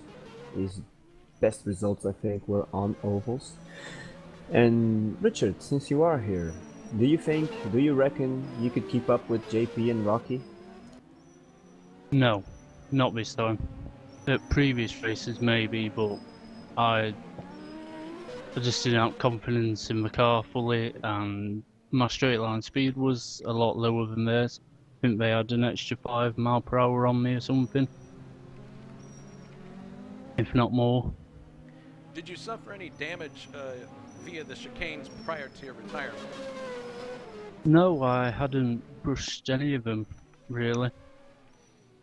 I'd had no contact whatsoever. It was one touch and it's enough to rip a wheel off the car. Talk about the.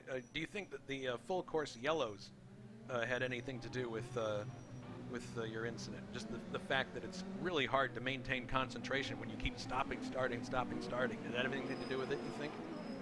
It contributes, yeah, because as you say, you get built up for the green flag and then you go, and sometimes it's only a lap and then you're back on the yellow, so you've all this energy built up. And people do get very eager, I believe.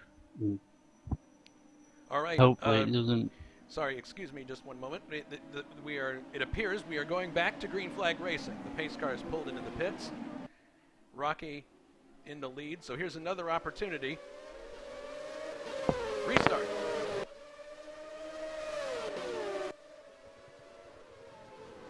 Oh goodness, we have some real action. Whoa! Did somebody just cut the chicane there? It appeared. Matthias Weber, I think. Yeah, he did. Now, whether he's going to have a penalty or not, I'm not sure, but it didn't appear he gained any advantage. Oh, JP down the inside!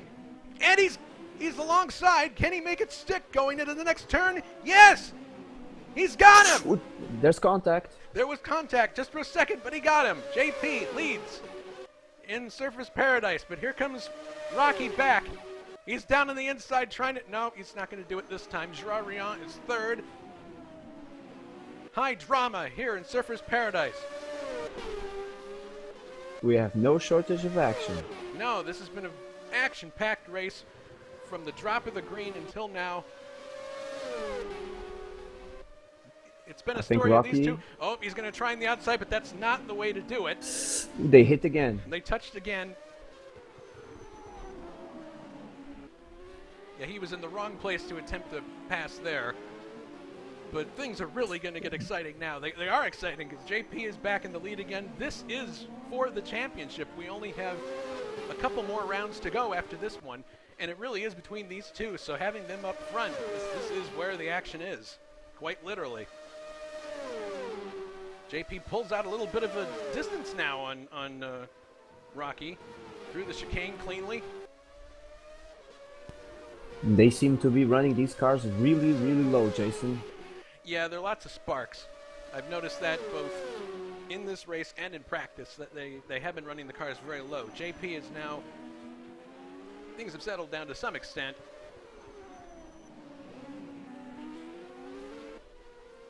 I wonder if both got away without any damage.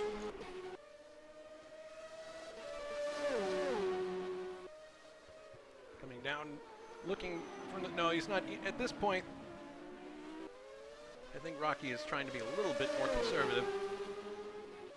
He probably figures that he's got the machinery to eventually get through. It's just a matter of finding the right opportunity.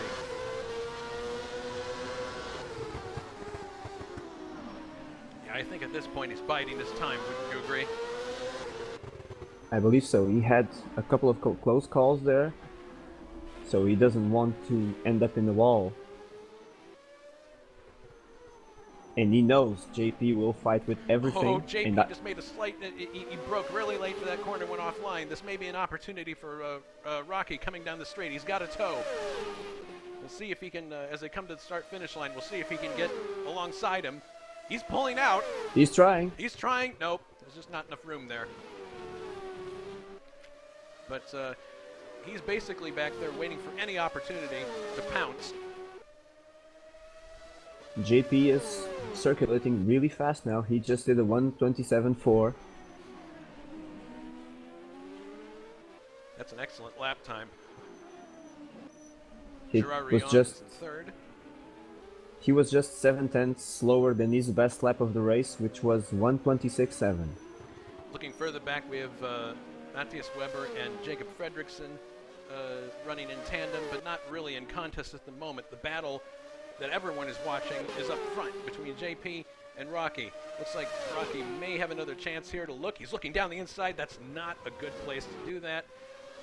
And that very fast chicane, you're basically weaving through their deep hold style. Well, Rocky is certainly showing his car to JP every way he can, in any location he can. He's trying to rattle JP. You know how nervous you can get being followed so closely by another competitor. Although I don't think that will work with JP because he's certainly used to that.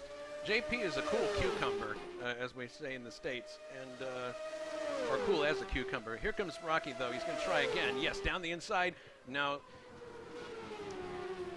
well, JP happened to, I mean, at least prior, looking at the way he was running, it appeared he didn't have the legs down the straight. Maybe we were in error thinking that. He does.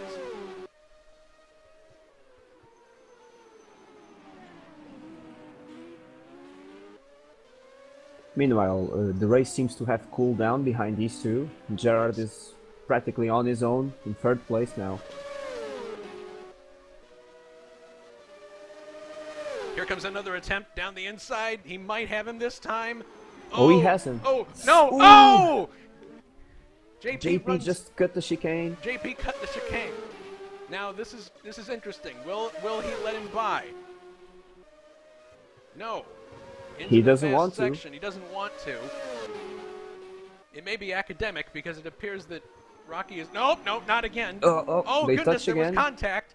The two of them... Oh, Ooh. there was definite contact there. I saw it. I don't think JP was a sporty lad there. Well, it's clear now. Now it appears that he's definitely holding up Rocky. Whether it's because of damage, this could be it here. This could be Rocky's There you go. opportunity.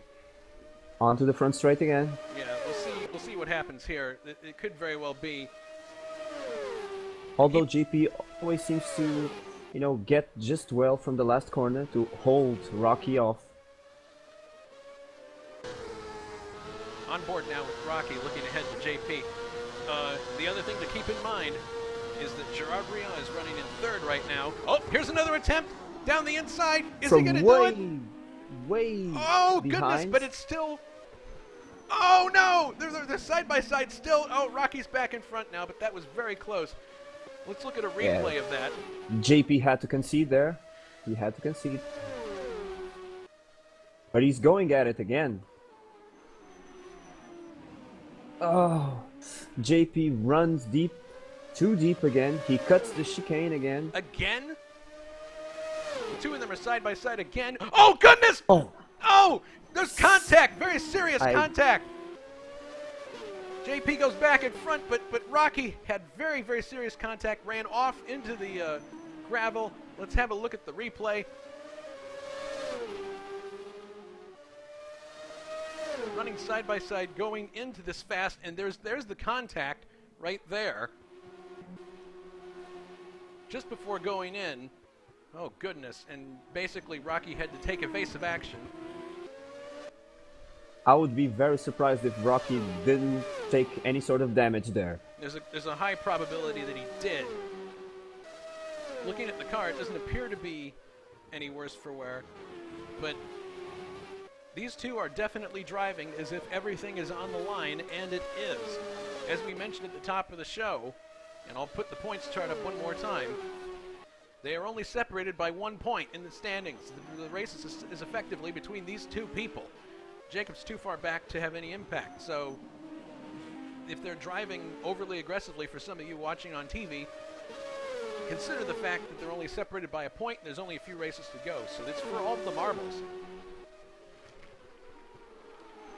Yes, for sure, and let's not go into again to the personal aspect of this race. Yes, I think most people would agree that there has been, this battle has been personal at times, fortunately. Rocky now appears to have caught back up to JP. Rocky got close to JP again. I think he will try again. Yeah, it's just a matter of when.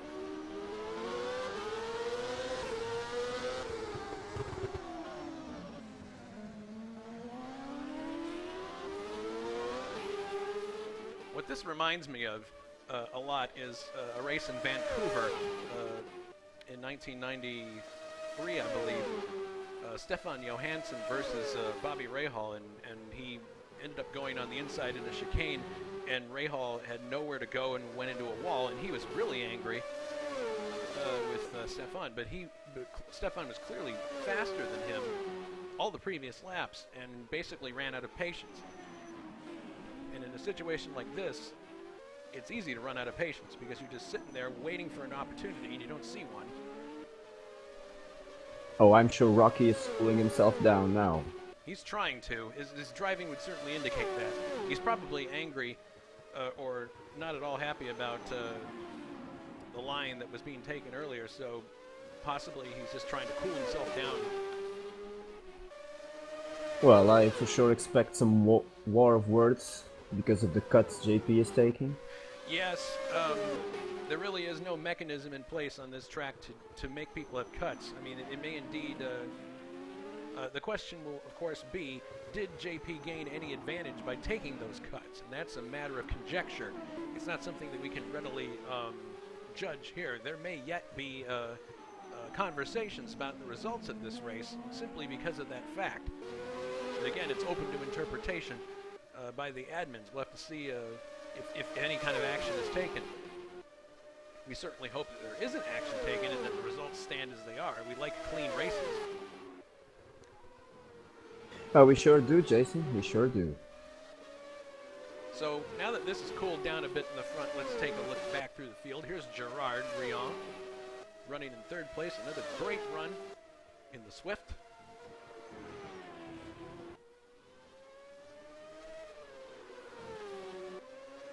Laps complete. So in another 20 or so laps, he can enjoy a nice ice-cold Budweiser in the pits. Or in his trailer. Meanwhile, we get some more reactions in the pits. Oh boy. Petr now is saying that sadly this isn't the race to remember for him. He said earlier he wasn't feeling good and he actually didn't want to start the race. But well, he has contract, so he must, right? So he managed to get up to speed and did a reasonable 125 in the quali. Well, that is a reasonable lap time. But he says he messed up the real quali because we had to repeat that, if you remember. So he started at the back. He got stuck behind Pascal. He was faster, but didn't want to do anything stupid. So he pulled back every time he had a chance to pass. He never got into his rhythm, and he hit the tires in the second chicane all on his own. He says it's a shame, but kind of expected. He's looking forward for the next race. Oh, we are watching oh goodness, we have an accident. Matthias Weber just had an accident and let Jacob Fredriksson through. Looking at the replay Indeed. now. Looking at the replay from on board. Jacob Fredriksson is behind him in this case. Gerard Rion's in front. Oh, he just took the wrong line into that corner and let it by. Oh, goodness. And now he's in the pits getting a new wing. Meanwhile... Well, he was lucky there because he was so close to the pit. Yeah, if you're going to lose your wing, that's the place to do it because you can just pull straight in. So Jacob Fredriksson advances to fourth place right behind Gerard Rion. He got very loose going into that corner there. You got to wonder about his tires. Petr also mentioned that he's loving the live feed and that our pronunciation of his name is as close as it can get of non-Czechoslovakian speakers, or Czech speakers in this case. In that case, I'm going to enjoy a nice cold Pilsner Urkel this evening in honor of the fact that we managed to pronounce his name almost correctly. Thank you. Yeah, thanks a lot, Petr. All right, so now the interesting thing that's happening is now that Mr. Weber had to go to the pits, it appears that Jacob is now closing on Gerard Rion, so we could have a battle for third place in a very few short laps here. Yeah, he's indeed pushing as much as he can. I can see his tail sliding in every corner. Oh no! Oh. He just overtook him. Gerard let him by. That's the second time he's done that. What's going on What here? happened there? He let him by once before. Rocky going for the into a lead. corner. Oh goodness! Oh, We got they clashed. major craziness going on here, Rock. Oh my goodness! Thank you very much for alerting us to what's going on up front, Richard. They clashed, I think, while lapping Matthias Weber, Yeah, they were actually. lapping Weber. Here's the replay. Oh, JP ran into the back of Rocky. I'm running it back now. Here's the contact. Yes, you can see it right there. He ran right into the back of his gearbox and slid him wide, and that's how he got by. And meanwhile, Rocky's trying again. Yeah, Rocky's trying again. Oh, JP cut the wall. We're back to live action now. He touched the wall. Rocky trying on the outside now. And he gets by into the corner. Rocky's got him. He's got him. But I wouldn't count out JP at the end of this straight. I mean, we don't know the extent of the damage to these cars. These guys have been going at it like Saturday Night Modified racers. He's got the toe for sure. Is he going to pull out? Nope. I don't think even JP can do that there. No, he doesn't have the room. Oh, they're now coming up on another car, David Jacques, and he pulls to the side very sportingly, gives them both room, so he won't be a factor.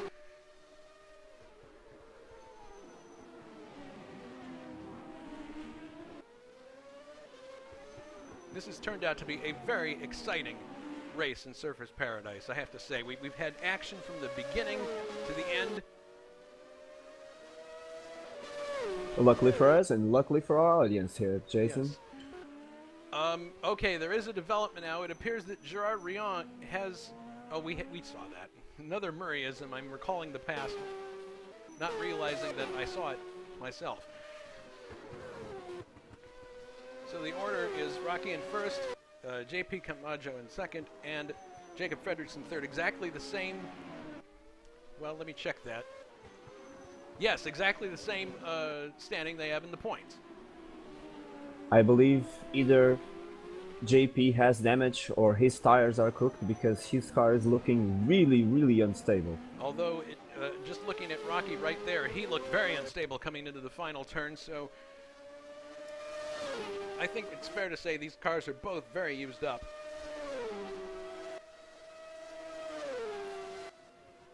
We must not forget that Jacob might profit from this. He could, if one of these two, or both of them, have a problem for that matter. It may not even be a problem of a wing or a tire, it may be an engine. You never know.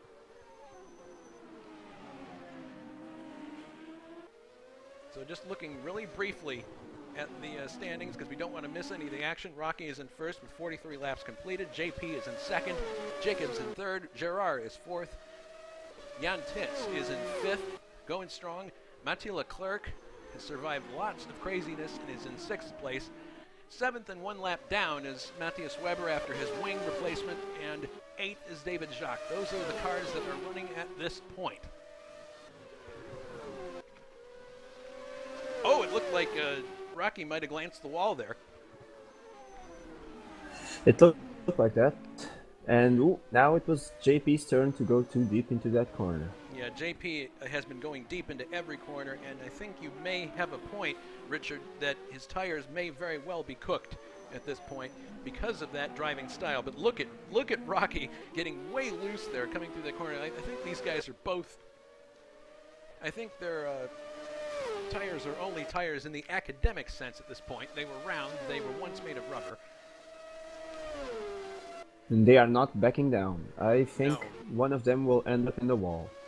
At this rate. Let's certainly hope that's not the case, but that it's One of them. true that is one possibility.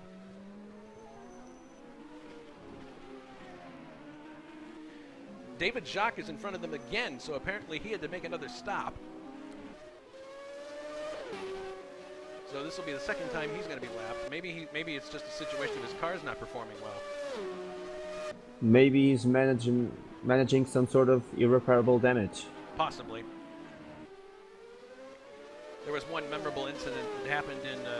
And he pulls right off, and gives them both preference. Good result, and he's maintaining his plan that he had all along. He wants to finish, and at this point, And you will finish the point. yeah, well, he's going to score points regardless of if he finishes the race or not. But I'm sure if he had a choice, he would rather fin in any case. What I was about to say earlier was Mathieu had a very interesting highlight finished on the track. Now Rocky is coming up to lap Mathieu Leclerc.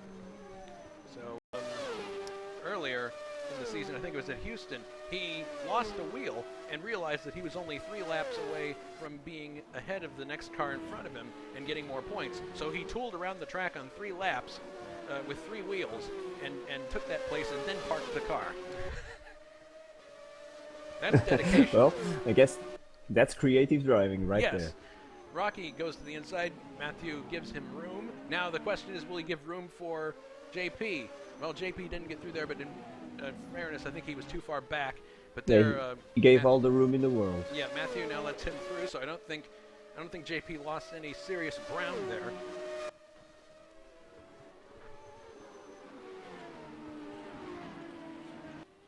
Yeah, by the way they're driving now, it looks like they're driving well within their abilities. The cars at this point are quite used up, I would say.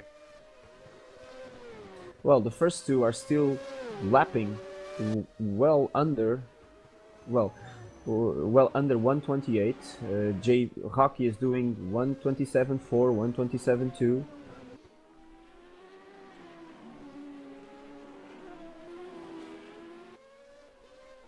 JP is, well, doing the same sort of lap times also. Well, that's interesting. I guess we can say that at this point, the cars are probably both lame ducks at this point, so they're basically just making do with what they can. Jacob Fredrickson continues in 3rd place, just for those of you who are curious, and Gerard Rion is in 4th.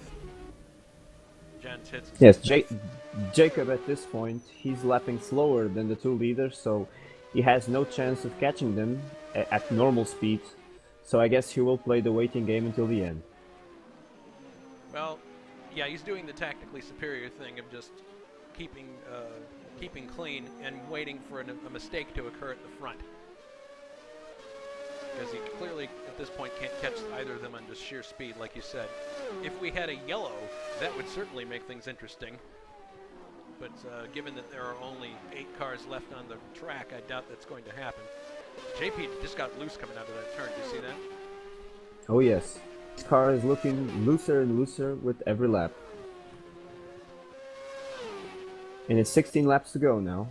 16.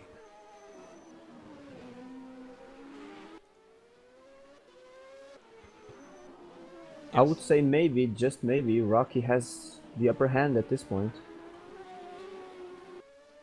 Yes, just to give you an idea of the intervals right now, Rocky is leading JP by 2.001 seconds, and Jacob is a full 20 seconds back from that. 36 seconds back is Gerard, and a full minute back is... And JP is pulled to the pits. JP is in the pits! What is this? What is going on here? Is this damage? Is it fuel? Maybe it was tires all along. Maybe. So watching for Jacob Fredrickson, who just goes through into 2nd place. So JP is going to drop to 3rd at least. We'll see where is Gerard as he comes out of the pits. God, he just exited in the last corner, so he should be okay.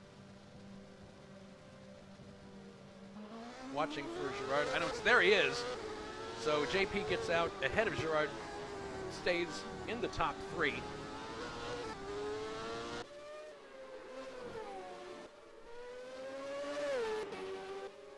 Now, I would be rather curious to know what happened to JP, because Rocky might have the same problem.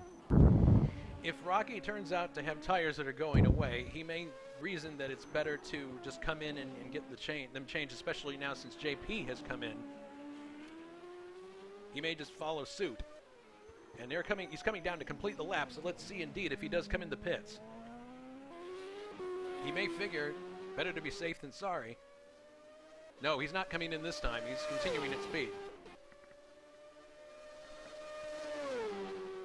Now I will be watching closely to what kind of lap times JP will be able to do after Now- this stop. Now that he's on fresh tires, it'll certainly be a battle for second place at least.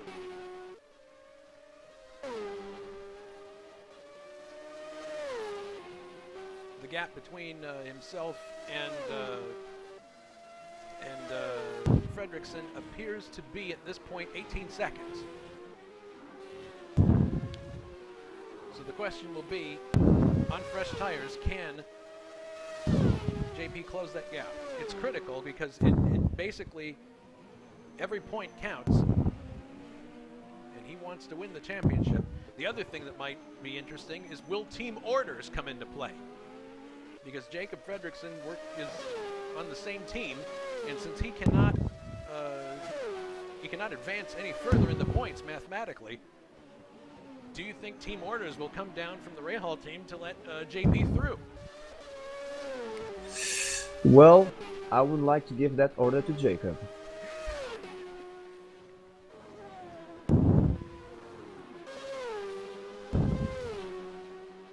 We'll have to see what happens. I'm not entirely...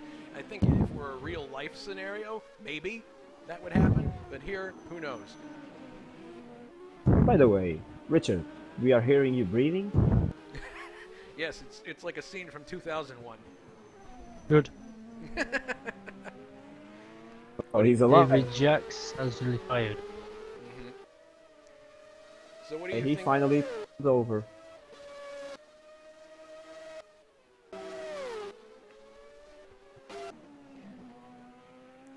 So Rocky must now be breathing a sigh of relief, at least because he doesn't have someone directly behind him.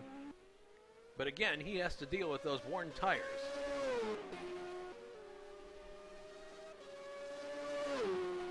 What do you think? Well, Richard? Sorry, go ahead. JP definitely improved his pace. He's now lapping at 1:26.8. So I think he will just go all he can go right to the end. It's coming up on just 49 laps complete. Now I get to show everybody worldwide how bad I am at mental math. 62 minus 49 is 13 laps to go, I believe. I think so, Jason. Okay. Rocky, in his part, he's lapping really slowly now. His last lap was 1:29.6, and let's see what he does on this one. Coming to the line. So 1:29.6 again. So I guess his tires are cooked. He cannot go any faster than that. So I wonder if JP can still catch him at the rhythm of 3 seconds a lap now. 3 seconds a lap with 13 laps to go. That I would think that would be possible, provided he keeps that pace up. He's definitely going to come into contact with Jacob at some point. We don't see him yet in the mirror. I'm watching Jacob now. Let's see. Coming through our picture now, Mr. Weber behind him, who is a lap down. 1:26.6 for JP this time around. Looking for JP, we still don't see him. Here he comes now.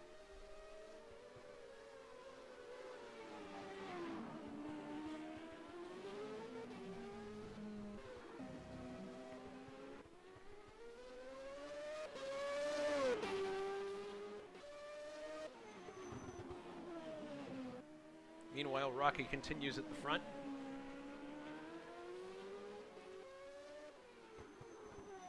"11 laps to go. This time by.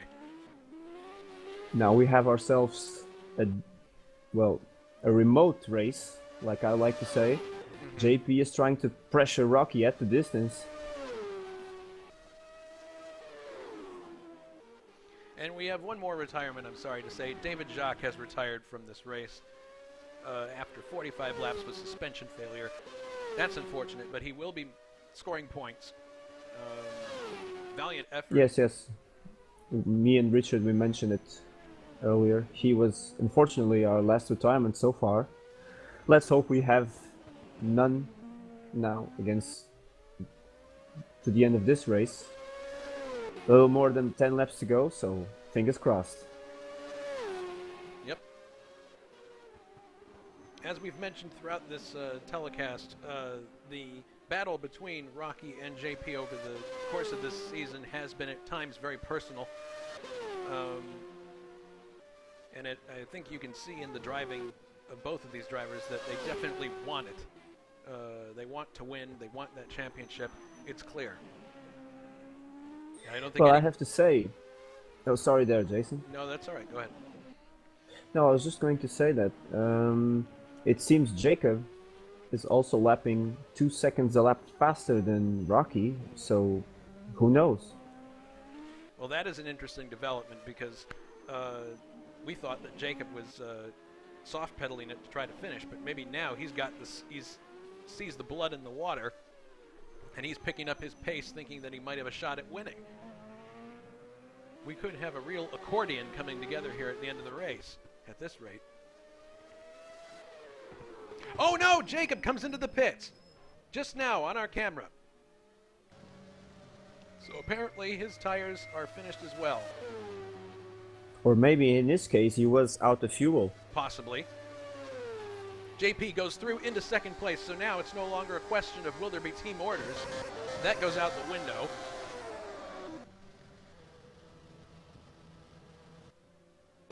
And JP is really hammering down.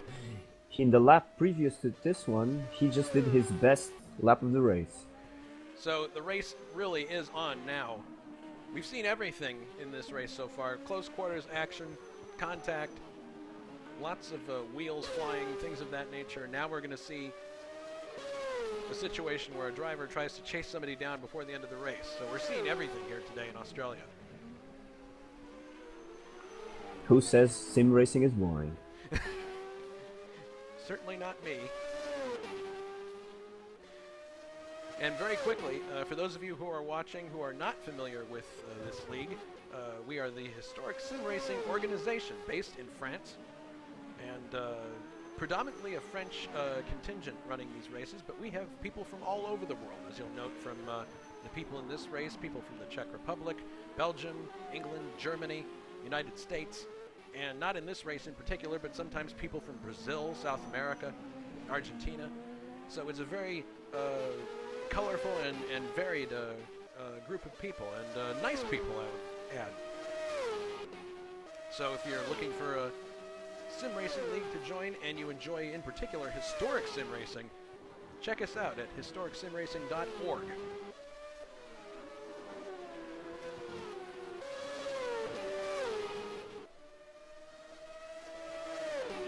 Jacob just got out of the pits in front of Gerard.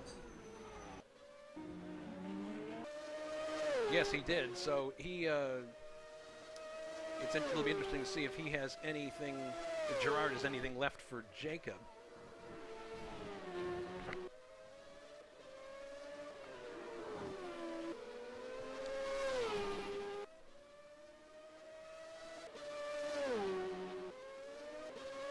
JP has passed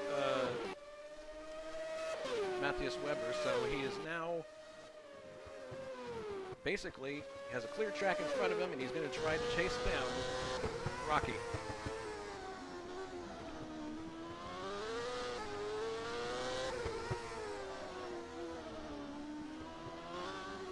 The distance between the two is now 22 seconds. It's getting tight for JP, but we never know.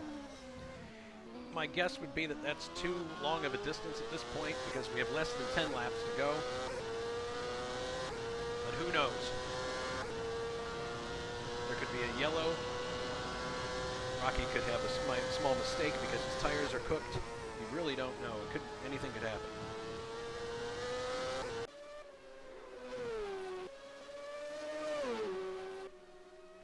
Yes, there are 8 laps to go now.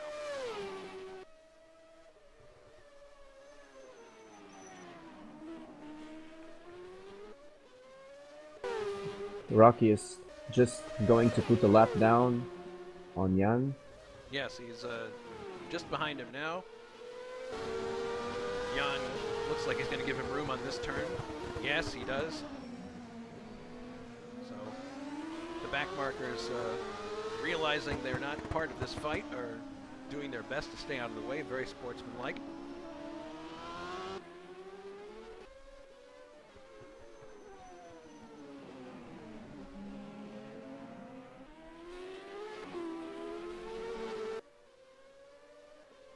JP is consistently running around 2.5 seconds left faster than Rocky now. 2.5 seconds faster, and the gap is 20 seconds. So he's closing, but apparently, at least from what we can tell, not fast enough. I think it's really going to take an error by Rocky at this point to cause any change in the... I think maybe JP just left his stop a tad too late. I mean, his plan was good, but he should have stopped earlier. Yes, it appears that's the case. At any rate, though, it has been a very exciting race, lots of action. Several drivers that we don't normally see at the front doing well. Jan Tits, obviously, one of those. Richard having a good race and unfortunately going out, but again, he's showing excellent form. It's just a matter now of finishing the races, being consistent. I think he could very easily be a consistent front runner. We'll have another one of our 500-mile races at an oval coming up in a few weeks, and that will be an excellent opportunity for him, I think. Wouldn't you agree? Oh, for sure. And also for regular front runners on ovals who probably will do well on that. Yep.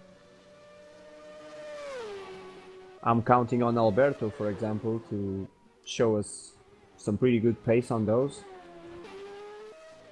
And Gerard just came into the pits just now, so apparently people are trying to get their cars to the end, either because tires are not where they need to be or they needed more fuel, but people doing what they need to do to make it to the end at this point.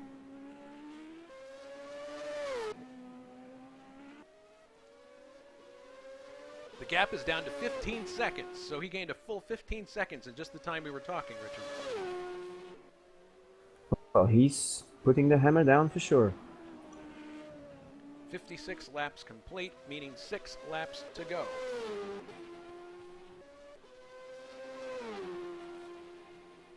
It will be close. It will be close. So let's take a look at... I'm going to hold the camera here for one of these corners. Here's Rocky coming through the corner now. Those of you with stopwatches, Gerard coming through, he's a lap down. Where is Ue JP? There he is. So yes, he is definitely closing. Rocky doesn't seem to be able to get under 129s now, so JP is eating at least 3 seconds a lap now to his distance. We're on board now with Rocky, and let's see how he's handling in these chicanes. Oh goodness, he definitely has issues keeping the car going straight. It's looking on the ragged edge, Jason. Yep, I would say that is definitely the case. Of course, now there's nothing else he can do. He cornered himself by not stopping, so now you will have to, well, basically manage one of the 7 hells of the race driver, which is trying to finish a race with badly worn tires.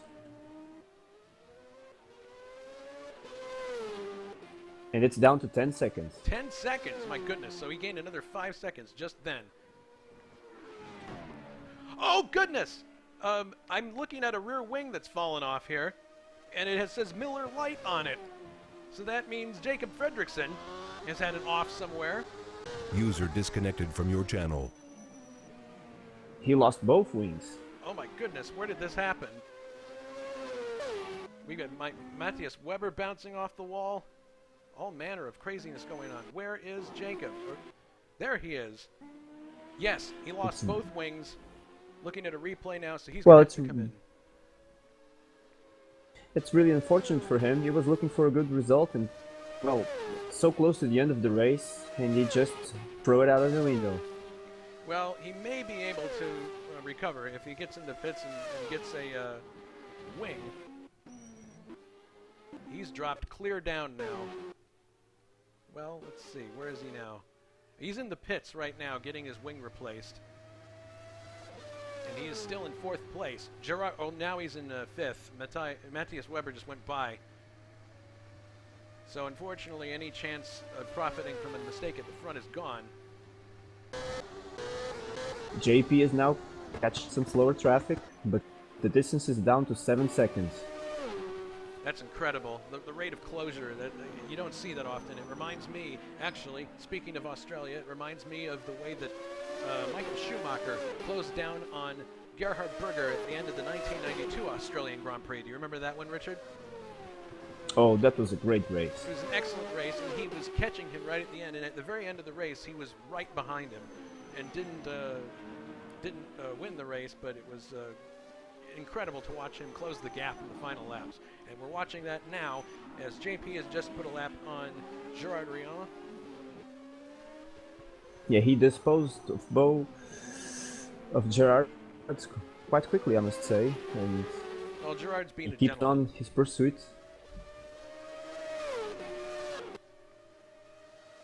And just so our viewers understand, JP is on new tires. Rocky, the person he's pursuing, and his rival for the championship, is on worn tires that are probably way past their use-by date. Oh yes, Rocky is now in the 130s, so he's not going any faster. You can see them now in the same shot. You can now see them in the same shot if you look there. So the battle is now clearly joined. 3 laps to go. 3 laps to go. Get ready for an exciting finish, everybody. Do not turn off your YouTube. This is going to be amazing. The two chief The combatants. distance is now down to 4 seconds. 4 seconds. So these two will definitely be in contest before this race is over. It's going to be hair-raising excitement. You can see them in the same shot now, just briefly. Rocky must be now, I don't know, biting his nails, if he could. Not only the physical comes into play now, but the mental as well. He is trying like crazy to keep that car going straight, but coming off those corners must be just absolutely just... It must be incredibly hard. And it's hard for JP as well. We have to remember he's been doing these kinds of lap times, well, in the last few laps without any mistakes.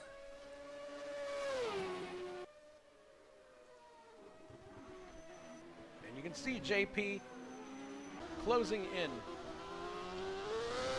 It will not be long now before these two... Rocky just did a 128. He's trying everything. My goodness. So Rocky clearly has gotten the message that he's going to be under attack soon. JP locks up going into the chicane.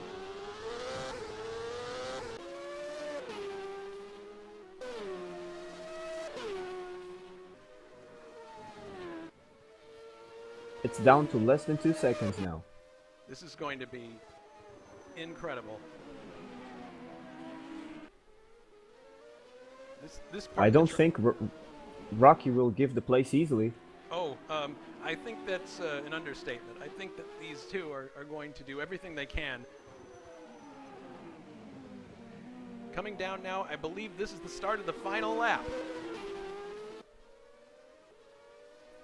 Rocky's pulling to the right, going into the pits. JP takes the lead. JP takes the lead. Unbelievable. That must have been fuel. It can only be. It can only be fuel. Unbelievable development. Well, that was anticlimactic. It was, but my goodness. Unbelievable. So now JP's out in front. This is the final lap of the race. That was not something that we had expected. but it appears that JP Camacho will win the race if he can just keep going. Rocky is exiting the pits now. Yes, Rocky did. Well, he proved not to be better at math than you, Jason. Well, unfortunately, it appears that, and I would figure that he might have been running his boost at the lowest level possible, and that could account for why the closure was so bad, in addition to his tires. But now it's academic because here comes JP down to take the checkered flag. He comes off the final corner. And there it is, the checkered flag. JP has won round 16. A great effort. Lots and lots of craziness that went on. Superb race. Superb race. Here's Rocky in second place. He just has to bring the car to the line. And he had enough time. Oh, his car looks like it could be damaged. Possibly. Look at the way that the right rear is kind of drooping. Possibly. Perhaps. But he's coming around now to take second place. So clearly this... Well, even so, he just has to cruise to the finish. Yes, he's coming across now, taking second place. Cruises to the end. Gerard Riant is actually in the garage. He's finishes third, one lap down. We have a blown engine. Blown but engine? It was after the race finished, I think. Oh, I see. Well, Matthias Weber finished fourth. let's take a look at the final results now. Actually, Jan Titz still has to go, right? Well, yes, Matthias Weber has a blown engine. So, yep, it is barbecue time in the Alliamax pits. And Well, our let's- last finisher across the line, Mathieu Leclerc. So let's take a look at the final results. Unofficial for the moment. JP Camacho wins the race. Rocky Calabrese second, one lap down in third place. Gerard Riant fourth. Matthias Weber fifth. Jan Titz sixth. Mathieu Leclerc seventh. Jacob Fredrickson out of the race, unfortunately. 56 laps. David Jacques finished in eighth. Ninth was Pascal Lefebvre. 10th, Alberto Ibanez. 11th, Richard Coxon. 12th, Philippe Martinelli. 13th, Peter Hlavik. 14th was Raul Jareb. Well, I have to say that was probably one of the more exciting races I've seen in a while. Would you agree? Oh, for sure. We surely wouldn't expect this finish. So, obviously, this is going to basically put the points situation quite closely. We will update the points on the website after we are finished with the broadcast. But just to recap, it's JP winning and Rocky in second place. So I want to thank everybody for tuning in, watching this race. Thank you to Richard for your expert commentary. We appreciate it very much. Thank you for having me here. Thank you also to Richard Coxon for dropping in, and all of you for watching. Next week we have the 1978 International Trophy, which should be an interesting race. It is an open race, not tied to any championship, but we'll hopefully see you then for that one broadcasting. So for Richard and myself, and for Richard Coxon, and for everybody at HSO, this is Jason White saying so long. So long, everyone.